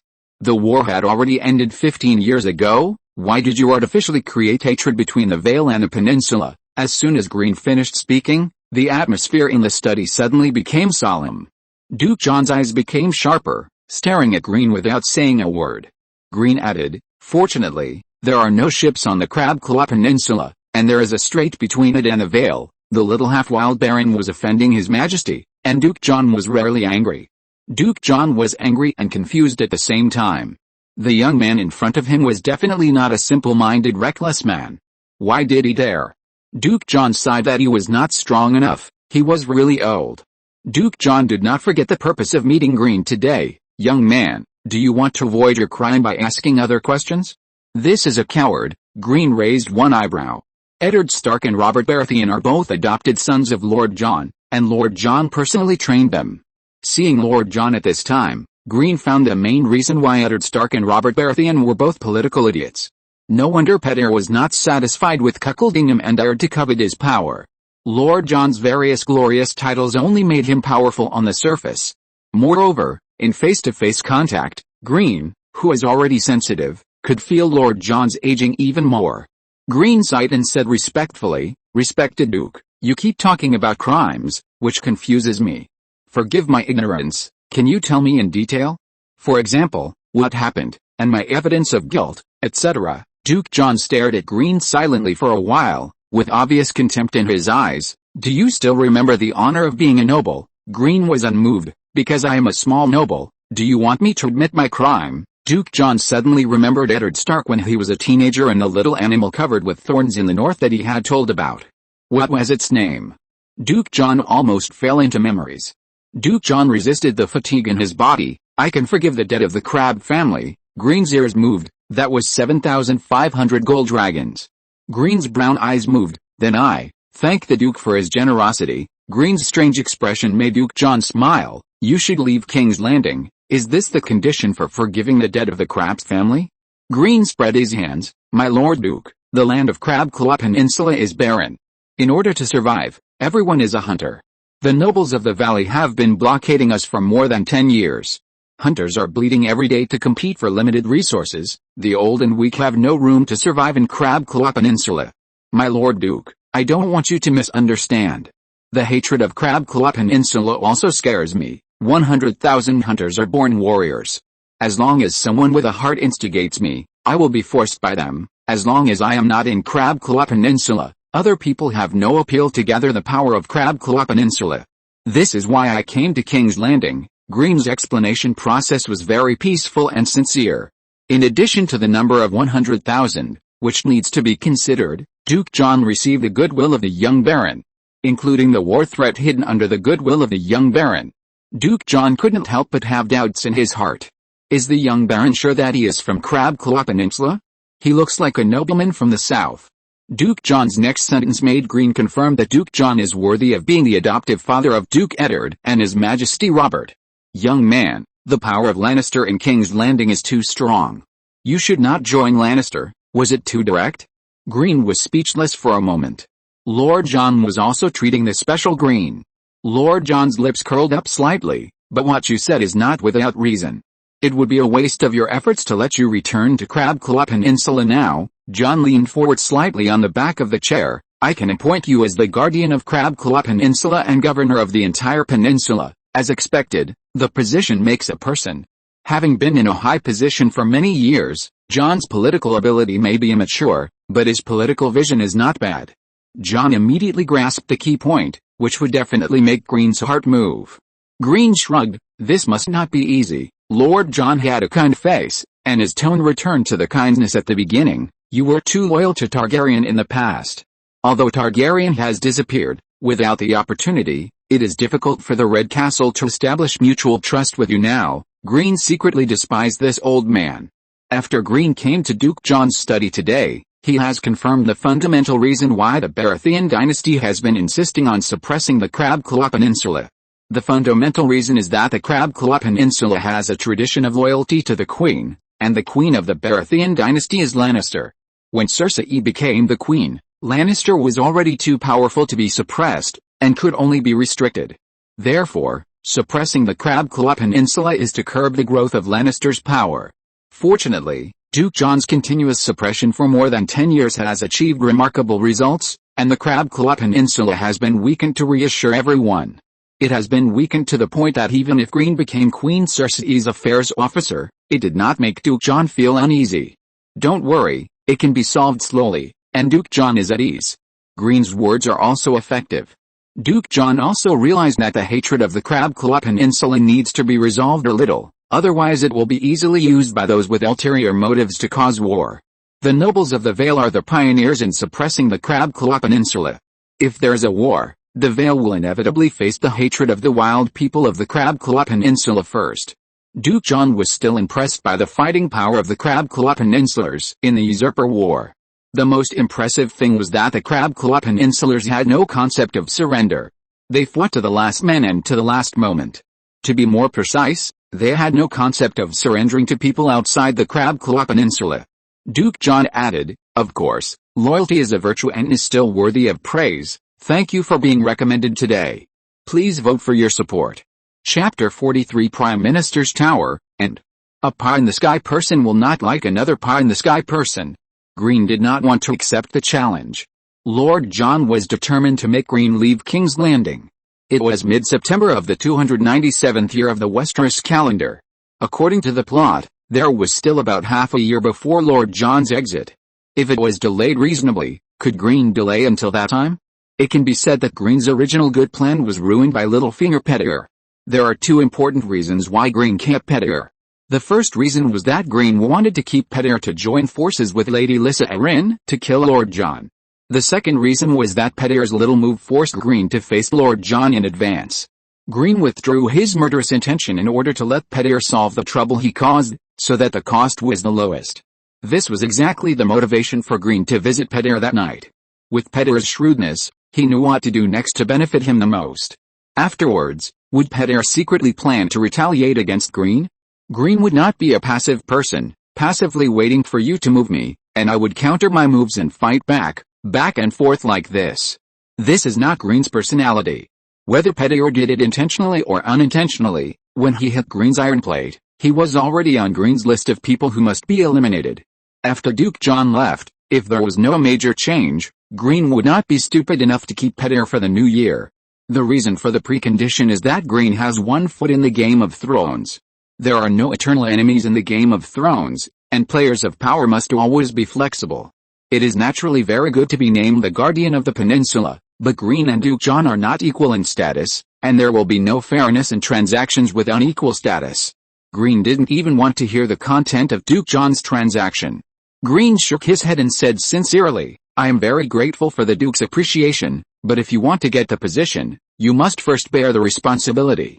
My ability is not worthy of the title of guardian. Duke John suddenly remembered the story of a very slippery fish in the Stormlands that Robert Baratheon told him when he was a teenager. What was the name of it?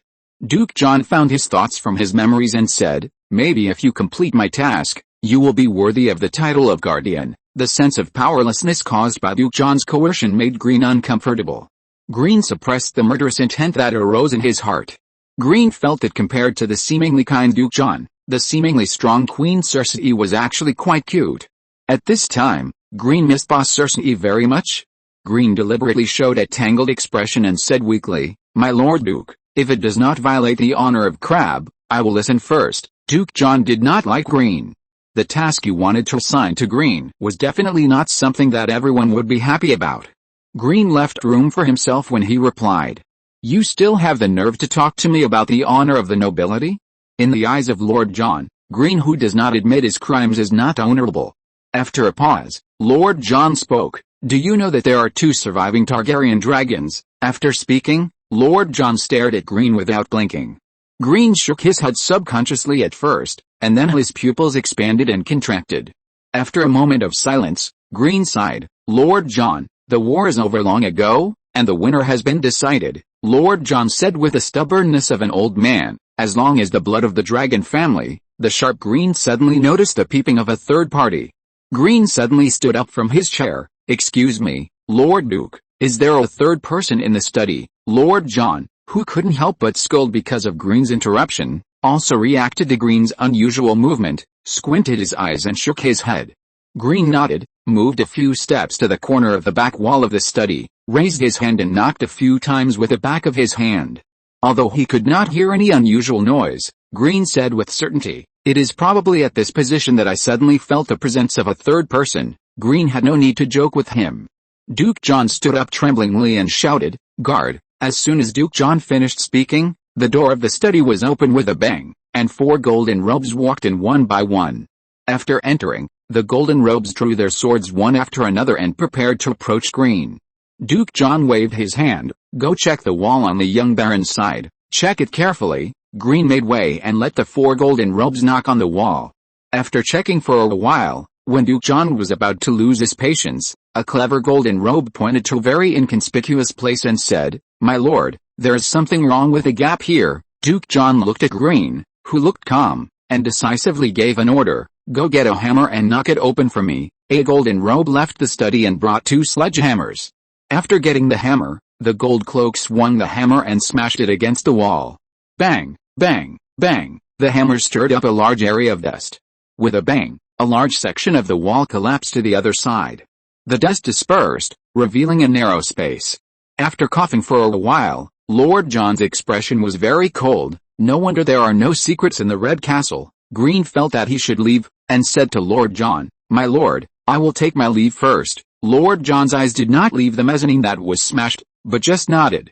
When Green was about to reach the door of the study, Lord John's voice came over, little baron, I will give you the rewards you deserve for what happened today. Green had to stop and turn around to salute. Also, with your intelligence, you should understand what I mean.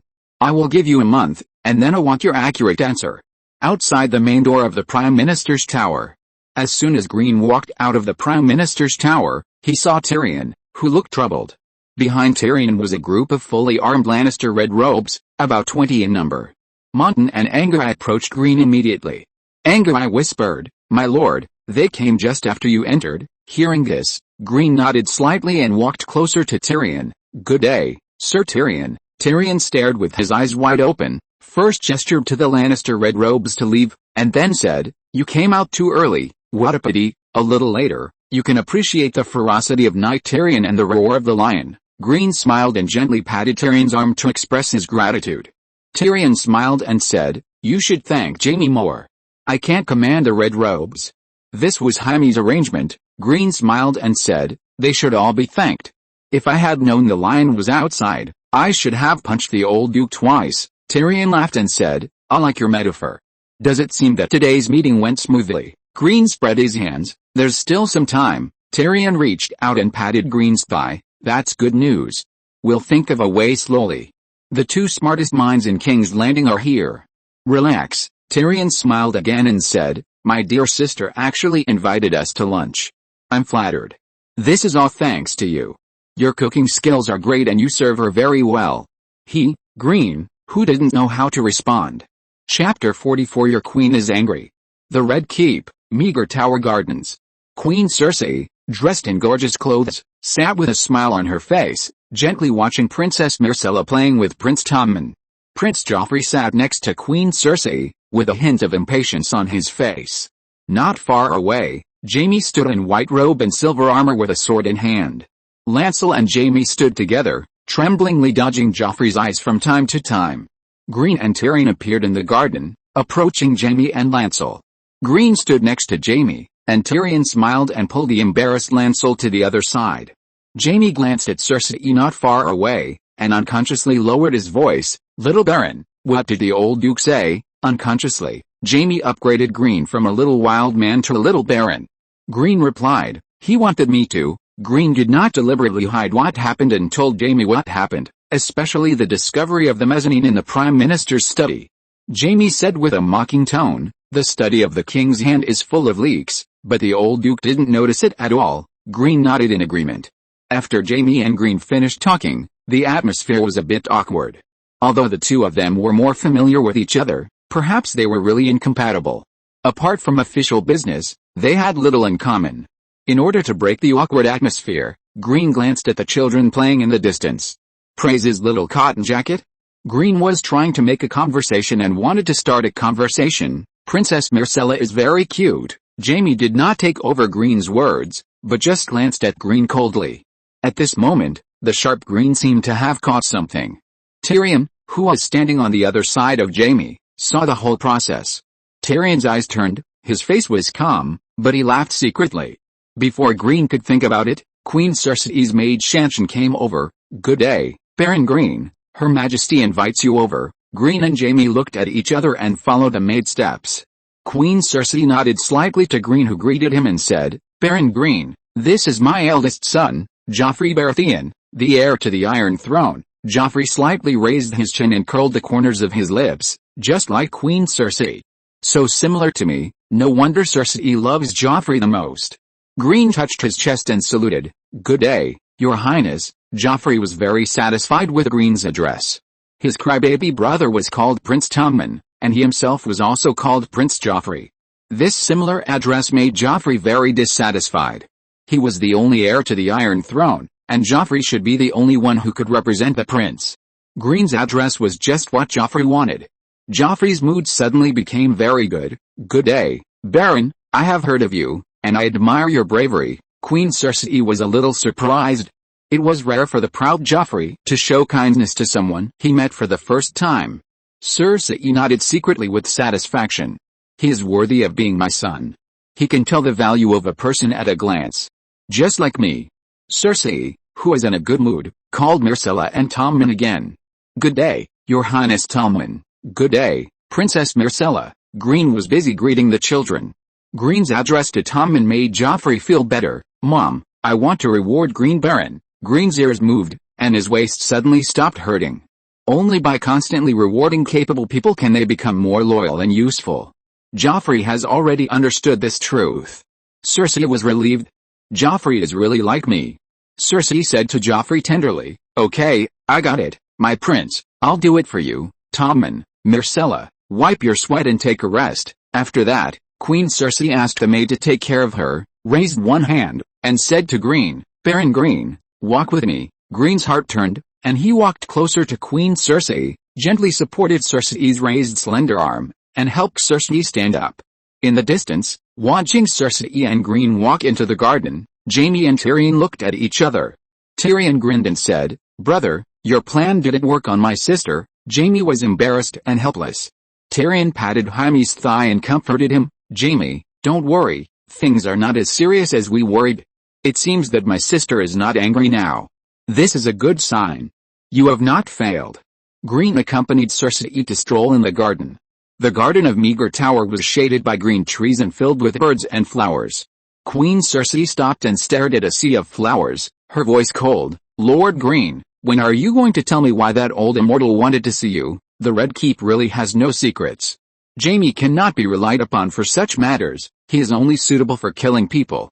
Green's brown eyes moved slightly. The old man bribed me to go across the strait to deal with the 2 Targaryen dragons. Queen Cersei sneered. What a coward. Cersei's beautiful eyes glanced in Green's direction and asked, bribery? Green's tone was full of sarcasm. After the job was done, they promised to let me governor of Crab Claw Peninsula and appoint me as the protector of Crab Claw Peninsula. You don't seem happy. Green nodded. Your Highness, I have heard that the Red Castle has been sending assassins to hunt down the dragons for more than 10 years.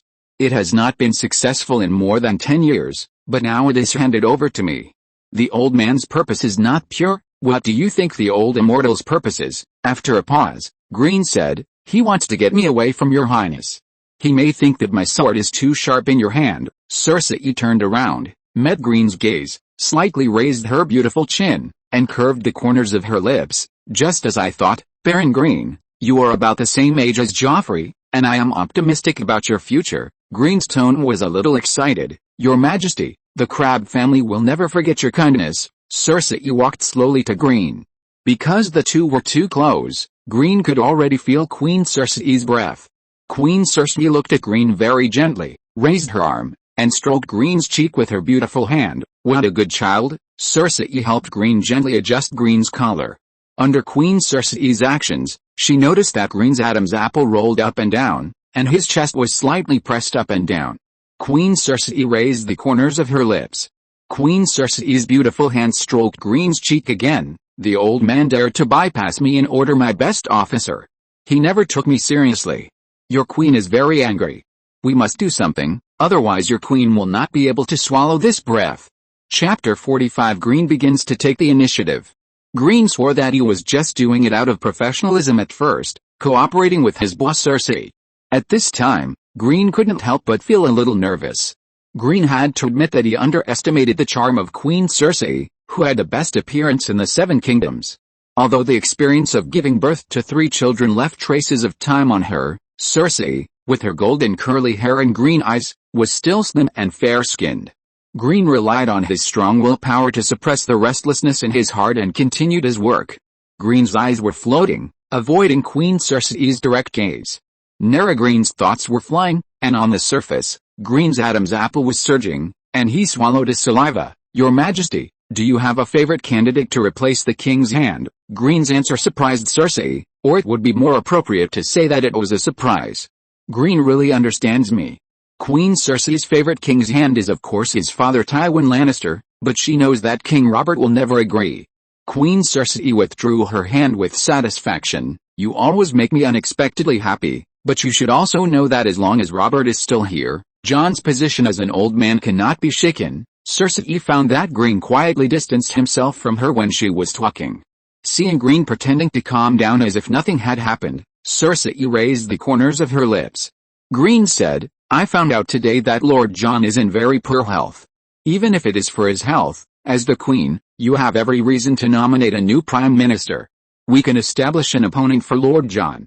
Even if we cannot push him down from the position of Hand of the King, at least we can damage his reputation and add a heavyweight political enemy. At this point, Green's tone changed and he lowered his voice slightly. The enemy of your enemy may be your friend.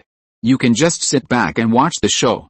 By then, you will be in control of the initiative. After a pause, Green continued, your position will be transcendent.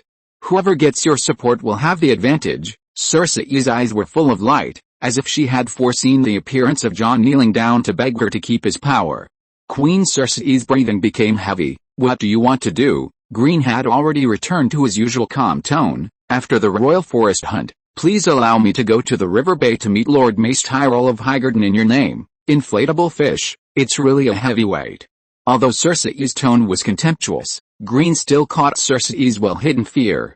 Inflatable fish is a nickname for Lord Mace Tyrell, the leader of the Tyrell clan. The prominent Tyrell family ruled over the rich river bay. The family emblem was a golden rose blooming on the green fields. The wealth level was second only to the Lannister family.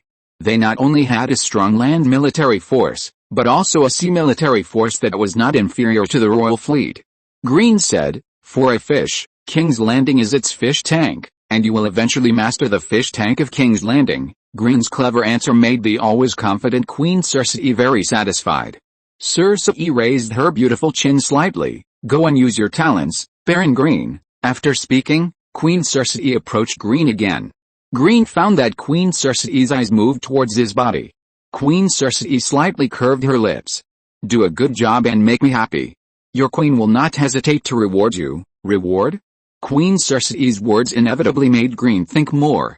Queen Cersei, who was in a happier mood, glanced at Green with her beautiful eyes, turned around and said, "Let's go, little Baron. Lunchtime is almost here." Red Keep, Meagher's Tower Restaurant. Queen Cersei sat at the head of the long table. On Cersei's right sat Joffrey, Myrcella, and Tommen, and on her left sat Jaime, Green, Lancel, and Tyrion. Looking at the seating order, it seems to be arranged according to status and title, but in fact it is arranged according to Queen Cersei's preferences. Just relying on the Lannister surname, Tyrion and Lancel can be ranked before Green, the country noble. Queen Cersei has the potential to be a dictator. The maids served the dishes in gilded bowls and plates in an orderly manner. First was the thick soup stewed with mushrooms and butter snails, followed by pine nut and egg cakes and oatmeal bread baked with apples and oranges. After the desserts, the meat staples came, including wild boar ribs, large lamb chops stewed with raisins and onions, and parsley grilled fish cakes. Finally, the maids who served the dishes placed a portion of butter peas in front of everyone. After all the dishes were served, the maids began to pour wine, which was Tyrion's favorite summer red. Green thought that there was a loophole in Queen Cersei's intelligence.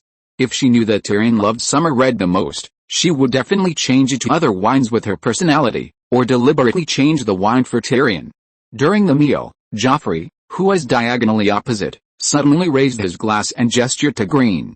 Green actually didn't want to have in-depth contact with his spare child. But he is the most beloved son of Boss Cersei. No matter what he thought in his heart, Green was very decent on the surface and raised his glass to Joffrey the Great in return. This situation made Lancel, who was watching from the side, very envious. Joffrey's eyes that drifted towards Lancel from time to time were obviously malicious. Prince Joffrey didn't love him alone. Lancel hoped that His Majesty Robert, who had gone hunting, would return soon, so that he could stay away from Joffrey as soon as possible. During the meal, Queen Cersei announced that Green would take over and be in charge of the royal hunt. Jaime also told Green that the Queen's officials had prepared a list in accordance with the practice of previous years, and asked him to meet with the Minister of Finance Petter before leaving to receive the gold dragons used for the royal hunt. Baron Green was also promoted to the Queen's chief official. With the promotion of Green's position, his salary will also increase. Although time is still tight, Green feels that he can continue to rule. Dear friends, please support me with your monthly votes for my new book. Chapter 46, Galleon. King's Landing, Hook Lane, afternoon. As soon as Green entered the yard with Montan and Ange, they met a young man in a blue robe of average height but very strong. After the young man in the blue robe found Green, he came up to him excitedly and knelt on one knee. "Lord Green, loyal Martyr Baker greets you," motioning Martyr Baker to stand up. Green smiled. "Martyr, can you go out now?" The 22-year-old Martyr scratched the back of his head embarrassedly. "I finally have a son. My father has been in the old place and his return date is unknown. I can't wait. I asked Butler Herschel to send me to the merchant ship. I came to the address told by Butler Herschel. I just arrived." Martyr Baker is the eldest son of Mason Baker, a retainer of Kleber. The Mason Baker family has a rule that must not be violated. The eldest son cannot participate in the war or go far away before giving birth to a son. It is said that this rule was set by Kleber's ancestors, specifically for the families of retainer knights. The family of Perpili, who is also a retainer knight of Kleber, has the same rule. Martyr, who got married at the age of 15 under the arrangement of Knight Mason, worked continuously for 7 years in order to complete the family's mission and for freedom. Green can understand Martyr's impatience to run out of the house right after giving birth to his son. Kleber's ancestors did a great job.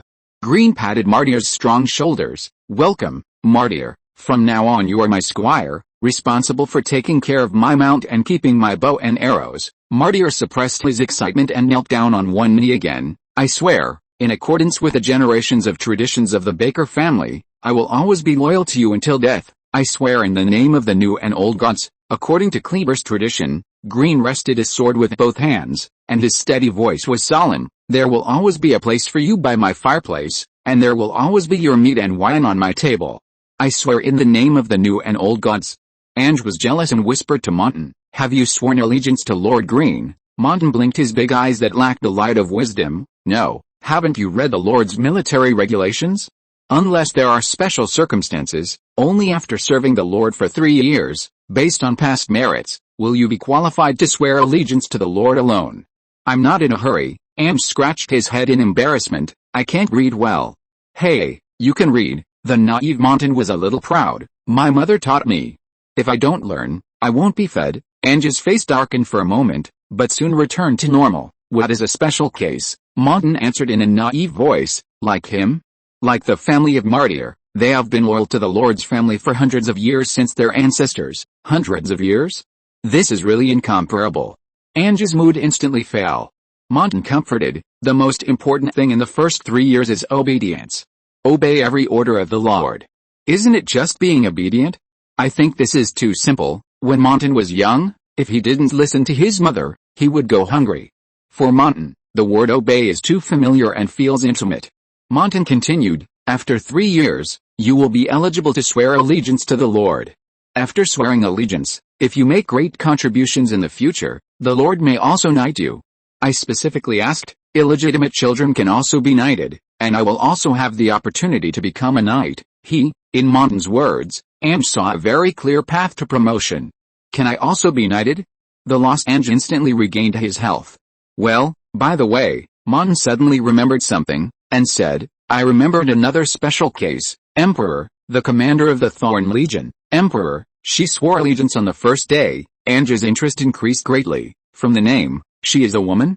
How did she do it? Montan had a silly expression on his face. "She is very strong. Everyone says she is very powerful, and she is the #1 female general in the territory." Ange didn't know what he remembered and suddenly asked, "Are all the women in Whispering City so powerful?" Montan, who had the instinct of a beast, played a trick when answering Ange. "Some people are more special. Yes, it is normal for a small number of women to be special."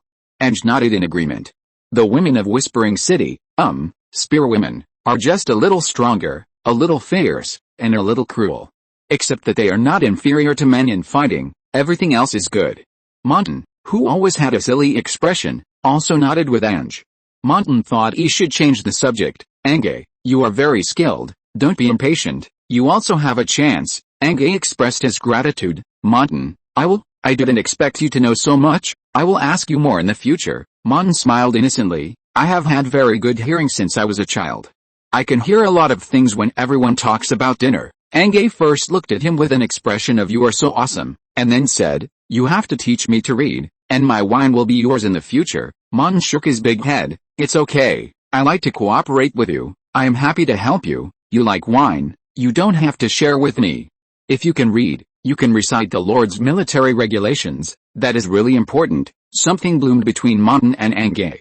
Ahem, the flower of friendship. Martyr, who was holding Green's mount, hesitated for a long time, and said to Green, "My lord, do you remember the merchant Jeffries?" Jeffries was a successful businessman. He had 2 100-foot, more than 30 meters, flat-bottomed sailboats, mainly engaged in trade along the coast of Blackwater Bay, and had many leather transactions with Whispering City. It was Jeffries' merchant ship that Green took when he went from Mermaid Harbor to King's Landing. The expensive ticket impressed Green, and Green nodded. "My lord, I also took Jeffries' merchant ship this time. We encountered pirates on the first night on the road. Although the Royal Patrol ship of Blackwater Bay rescued us in time and avoided major losses, Jeffries was shot in the abdomen with an arrow. The injury is very serious and I am afraid he will not last for a few days." Stannis Baratheon, Duke of Dragonstone, is the second brother of King Robert Baratheon and serves as the Minister of the Sea. Stannis Baratheon has a serious and introverted personality, is meticulous about the law, and never compromises. Therefore, under the jurisdiction of Admiral Stannis Baratheon, the royal fleet never dared to relax patrols in the Blackwater Bay and other waters. However, the sea is vast, and there are always some bold and cunning pirates who will avoid the royal fleet and take risks to enter the Blackwater Bay, which is the most important to Admiral Stannis Baratheon. Green's heart moved, and his brown eyes moved in the direction of Martyr. "After I got on the ship, Jeffries knew my identity and treated me warmly, saying that he had great respect for you, my lord. Dear friends, please support me with monthly tickets.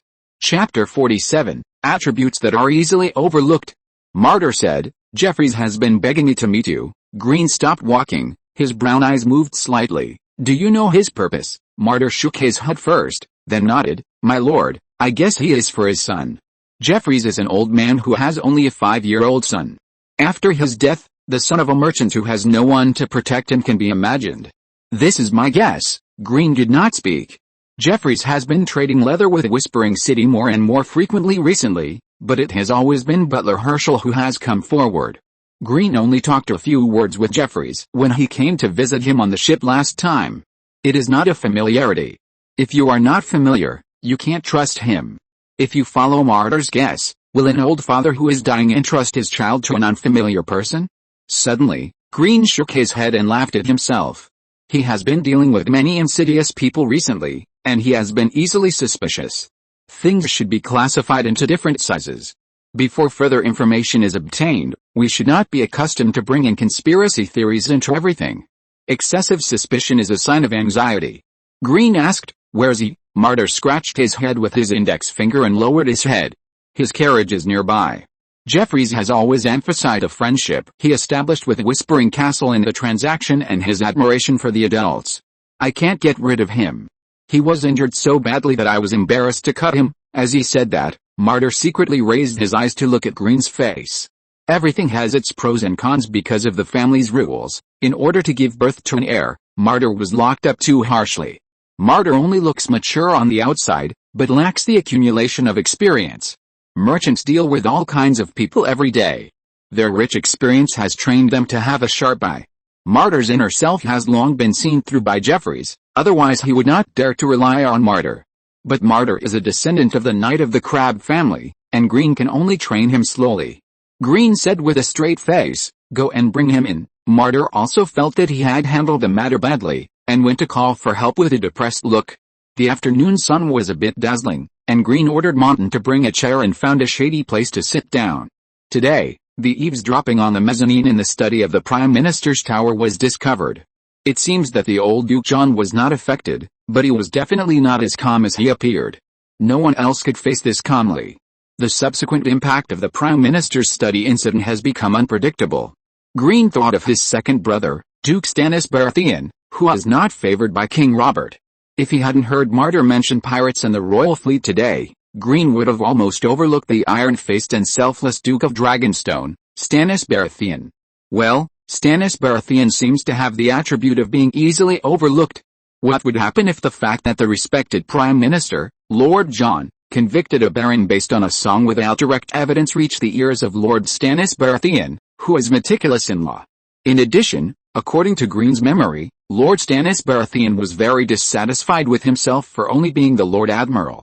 He was also very dissatisfied with the fact that King Robert passed him over and let Robert's favorite third brother Renly Baratheon inherit the title of Lord of Storm's End and serve as Lord Chancellor. Stannis Baratheon had made many contributions in the War of the Usurper, but he was canonized on Dragonstone, which was only Blackstone, and the ancestral castle of the Baratheon family was canonized to his third brother Renly Baratheon, who had no contribution at all. With Stannis Baratheon's character, dissatisfaction has turned into a flame of hatred under such circumstances. Green calculated in his mind whether he could anger the weak Lord John to death without having to show up directly. He couldn't be angry to death, but he had to be unable to get out of bed. Old Duke John was very stubborn and would not let Green go easily. There were no eternal enemies in the Game of Thrones, only eternal interests. In this matter, Green thought of a natural ally. The sound of horse hooves and the squeaking of wheels, the carriage slowly drove through the gate and into the yard where Green was. The carriage stopped in front of Green. Martyr scratched his head and said embarrassedly, "My lord, Jeffries can't get off the carriage." Green waved his hand unhappily. "If he can't get off, then he can't get off. Open the door." Green's voice fell, and before Martyr could act, a thin and dark middle-aged man who had been sitting next to the coachman and saluted Green from a distance got off the car and opened the door. As soon as the door opened, Green, who was not far away, smelled a foul odor. Jeffries, who had a rosy face not long ago, leaned palely in the carriage seat. After struggling to see Green's appearance clearly, Jeffries finally spoke. "Noble sir, please forgive me for coming here in a presumptuous manner, Jeffrey's voice was very weak. "After I was shot by the arrow, I felt that I could not escape this time. All mortals must die. I am not afraid of death, but I am worried about my young son." After a pause, Jeffries forced himself to continue. "In the pain and torture, I thought of all my relatives and friends, and I despaired to find that there was no one I could trust. Thanks to the gift of the 7 gods, I, a humble person, have the honor to meet you." Jeffries looked at Green with hope. "You are famous for being loved by your people. Although the time we met was short, I can feel that you have compassion for the weak. I can only beg you to forgive a dying father for doing everything for his young son, regardless of his physical injuries." Jeffries slid down the chair with difficulty. Jeffries half-crouched and raised his face covered with cold sweat. "I am willing to offer all my property with both hands, just begging you to protect my son." Green sighed and said, "Where's your son?" The thin and dark middle-aged man who opened the carriage door earlier came out from the back of the carriage holding a little boy's hand. The chubby little boy must have just finished crying, and his eyes were red and swollen. Green reached out and touched the top of the chubby boy's head. "What's your name?" The chubby boy was timid and didn't dare to speak. The thin black man who had been holding the little fat boy's hand hurriedly said, "Dear noble sir, his name is Darius." Green touched Darius's head again and said to Jeffries, "Jeffries, your steadfast fatherly love has touched me.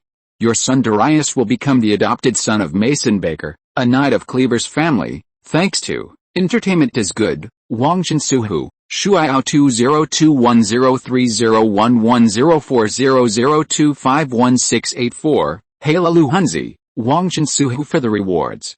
Thank you all for your votes." Chapter 48 Government Affairs Office.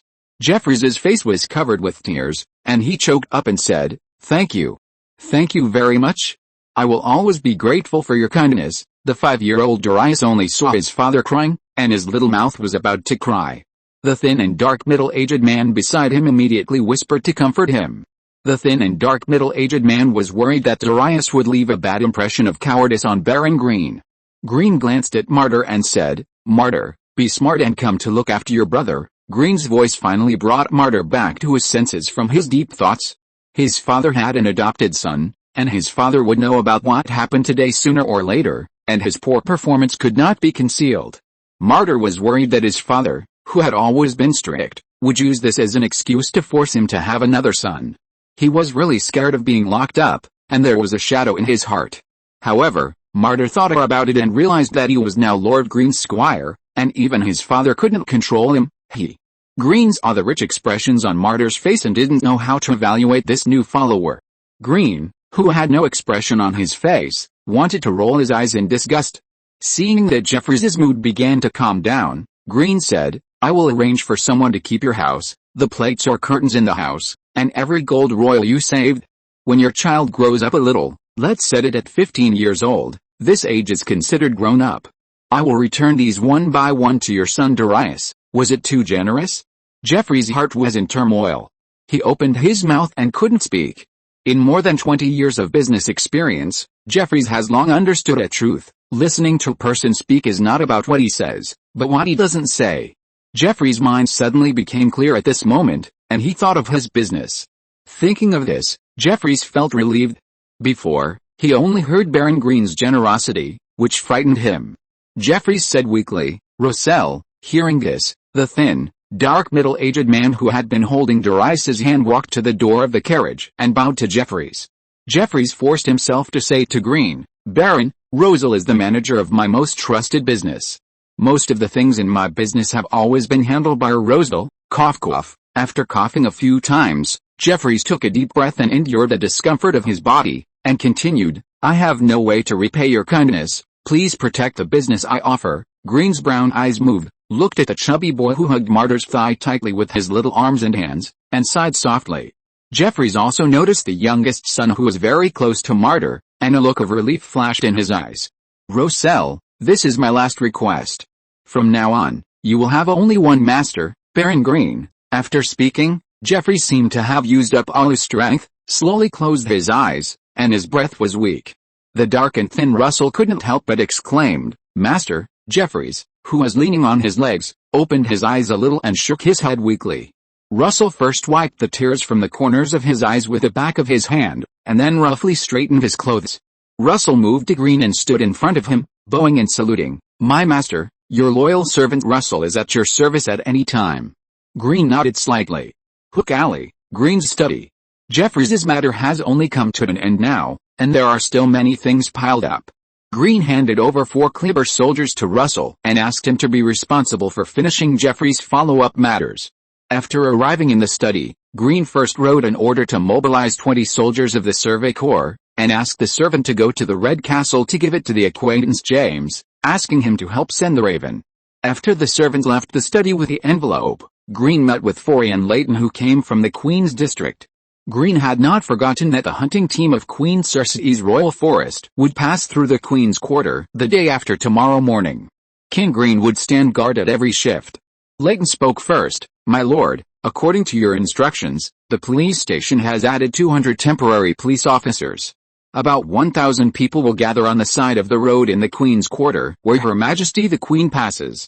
They are all relatives of our police officers and temporary police officers.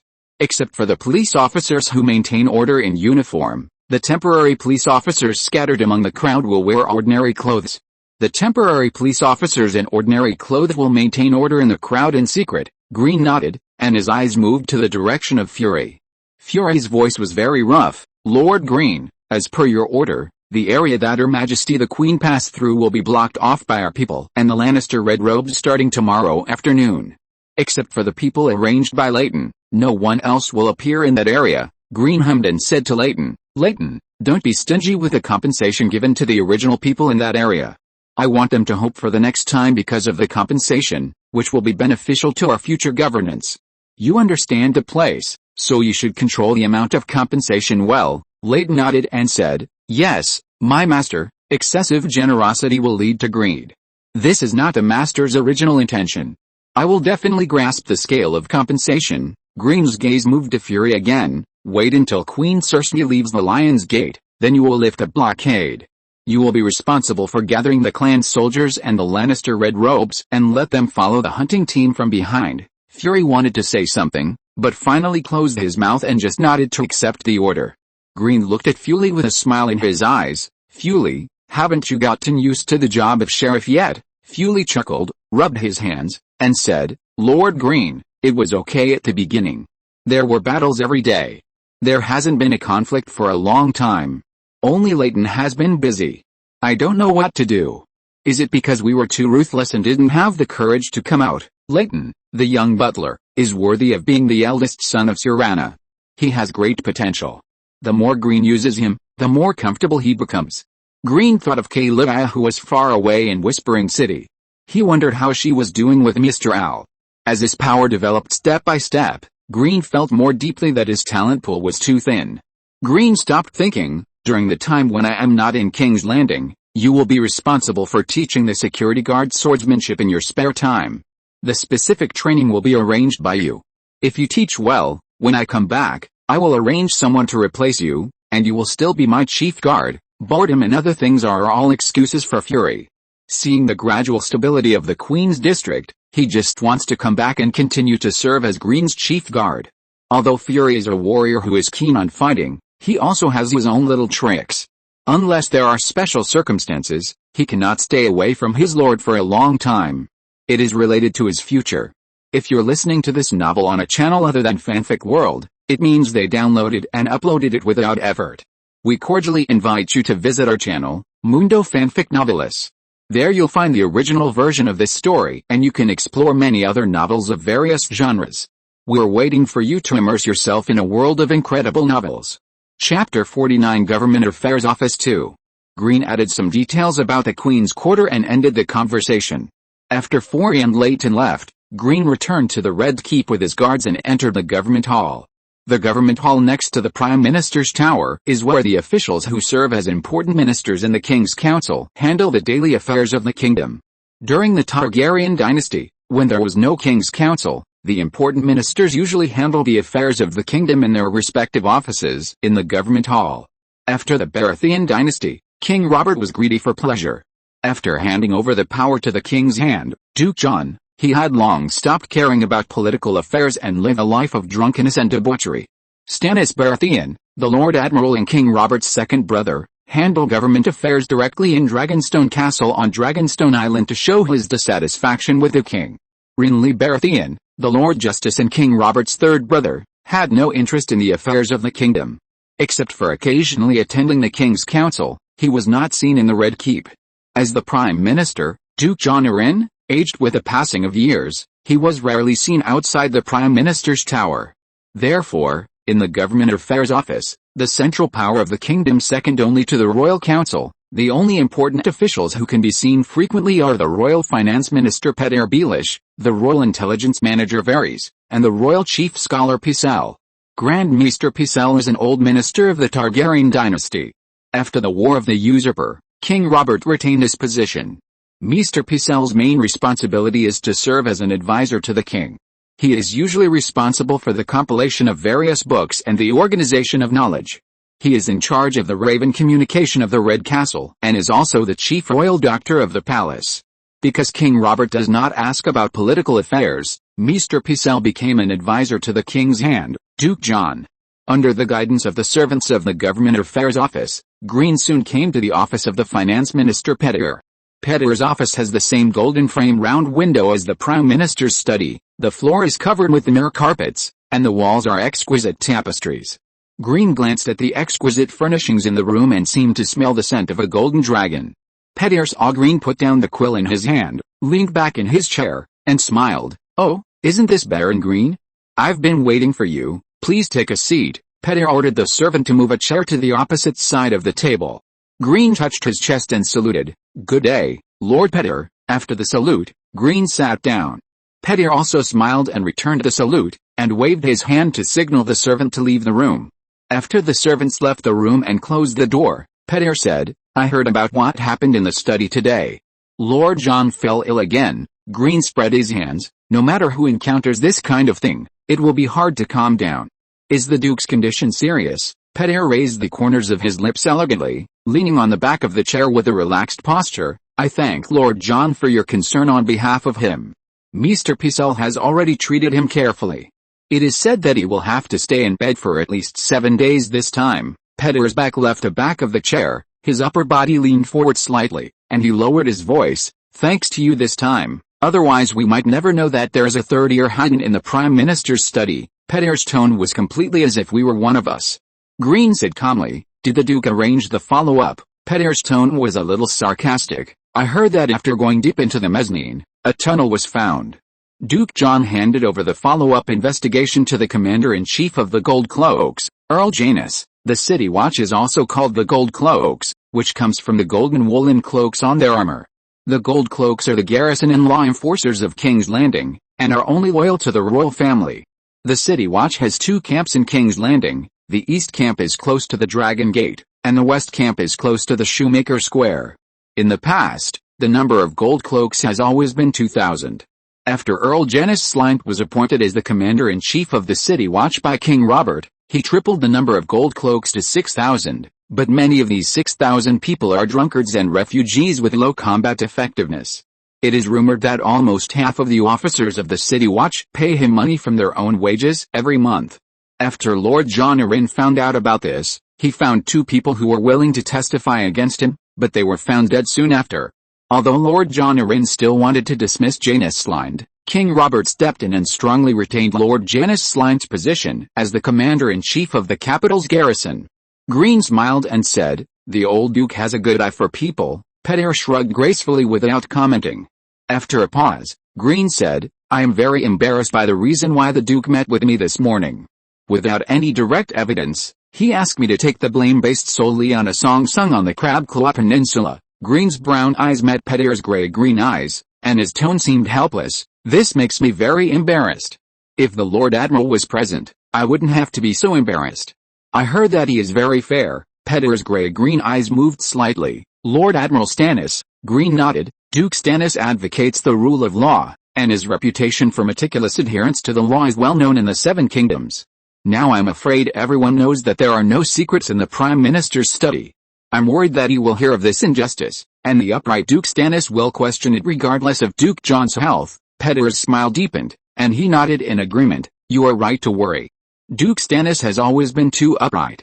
Even the seriously ill Duke John cannot shake his will. We can only hope that the secrets of the Prime Minister's study will not spread to Dragonstone. As Petyr spoke, he secretly reflected on himself. Why did he, who has always been careful, ignore the existence of Duke Stannis?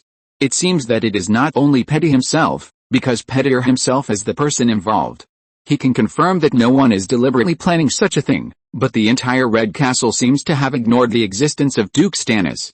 If Baron Green hadn't mentioned it to him today, he believed that he would continue to ignore Duke Stannis unintentionally. Why did this happen?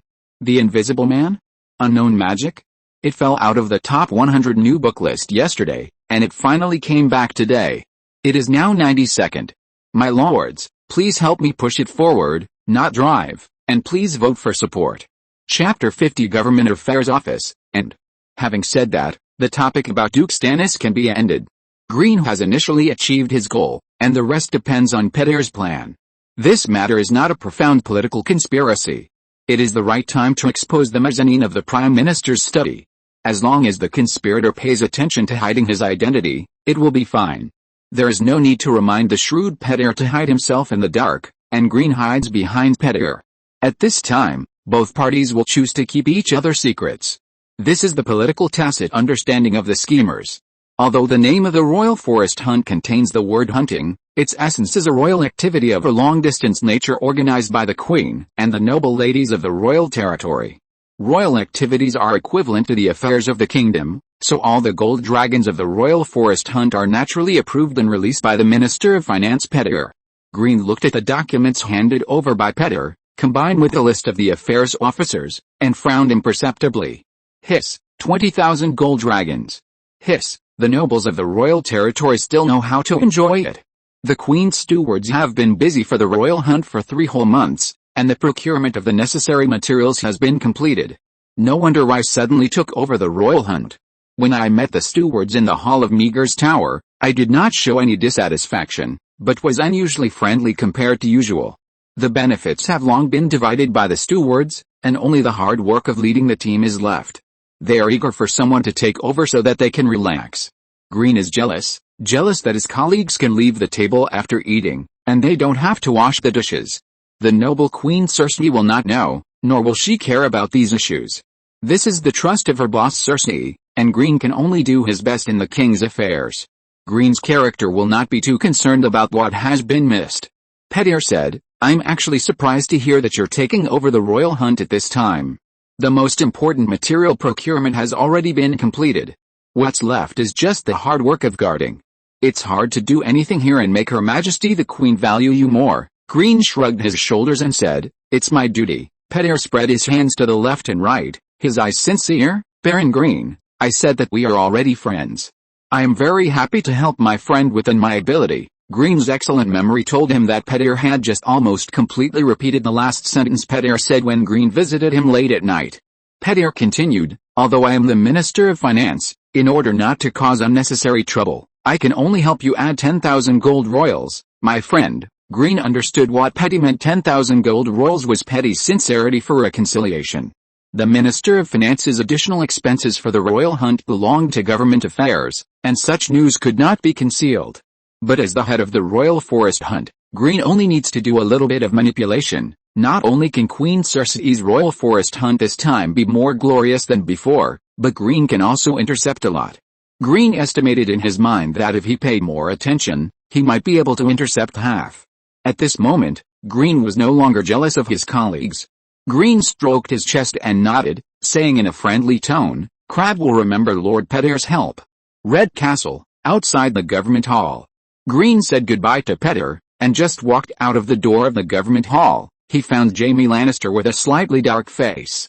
After Jaime Lannister was awarded the title of Kingslayer because of breaking his oath, Jaime, whose faith had collapsed, looked normal on the surface, but in fact he was a bit self-destructive, and his heart could only hold Queen Cersei. Whether it was family or power, Jaime Lannister didn't care at all, and Cersei became his only belief. For such Jaime Lannister, Green didn't want to comment much. Based on his usual impression, he temporarily classified him as a frustrated person with unstable emotions. Green pretended not to see Jaime's dark face and took the initiative to greet him. Sir Jaime, is Her Majesty the Queen looking for me? Jaime handed over the golden bag embroidered with a crowned stag. Little wildling, this is a reward from His Royal Highness Joffrey. Jaime was abnormal. Why did he change back to being called a little wildling? Green reached out to take it, secretly felt the weight of the bag, and handed it to Ange, who was standing faithfully behind him. Please thank His Royal Highness Prince Joffrey for me. Jaime glanced at Green, and the tone of his voice sounded very shy to Green. Let's go. Princess Myrcella wants to see you. Princess Myrcella?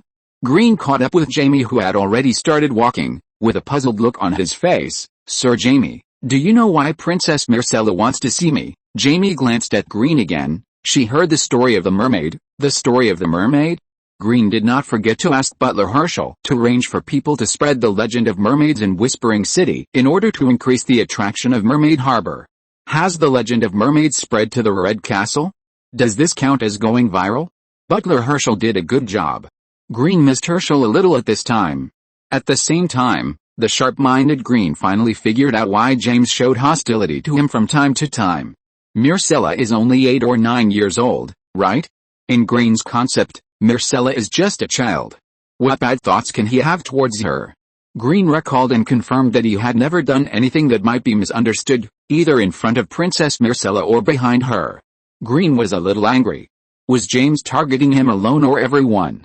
Green did not show it on his face. So Princess Myrcella has heard the story of mermaids. James nodded perfunctorily with a stiff face. The story of the beauty originated from the mermaid port in Crab. Green's revengeful heart was actually quite strong. After a pause, Green deliberately asked, Sir James, Myrcella is a princess after all, and she was received alone. Should I prepare a bouquet of flowers? Seeing James's face turn pale instantly after hearing his words, Green laughed secretly. James clenched his big hand holding the hilt of the sword. Princess Myrcella is still young and will not accept flowers from strange men. Green nodded in agreement. Yes, Princess Myrcella is of noble status. Although she is still young, we need to do something to stop her. After hearing Green's words, James' lips finally pulled out an arc. Green said again, I'm different, I'm one of us. James stopped. Seeing James stop, Green glanced around, his eyes puzzled. Sir James, why did you stop? James was unhappy in his heart, but he was helpless. If he thought about it carefully, Green, who was unaware of it, was indeed innocent. It's Tyrion's fault that Jaime's love for his brother Tyrion has been reduced by 1. Jaime took another step. You don't have to send any flowers. Jaime realized that his words were a bit unkind, coughed lightly, and added, Little Baron, Princess Myrcella doesn't like others to give gifts. Green spread his hands. I will follow the arrangements of the night. Sorry, I'm really busy today. Only 1 update, and I will resume 2 updates tomorrow. Thank you very much for your votes. I wish you all a happy holiday and happiness. End of this chapter. Thank you very much for reaching the end. Don't forget to like. Looking for more exclusive content and immediate access? Subscribe to our Patreon. Remember, every like, subscription, or donation encourages us to continue. Thanks to everyone. See you in the next video.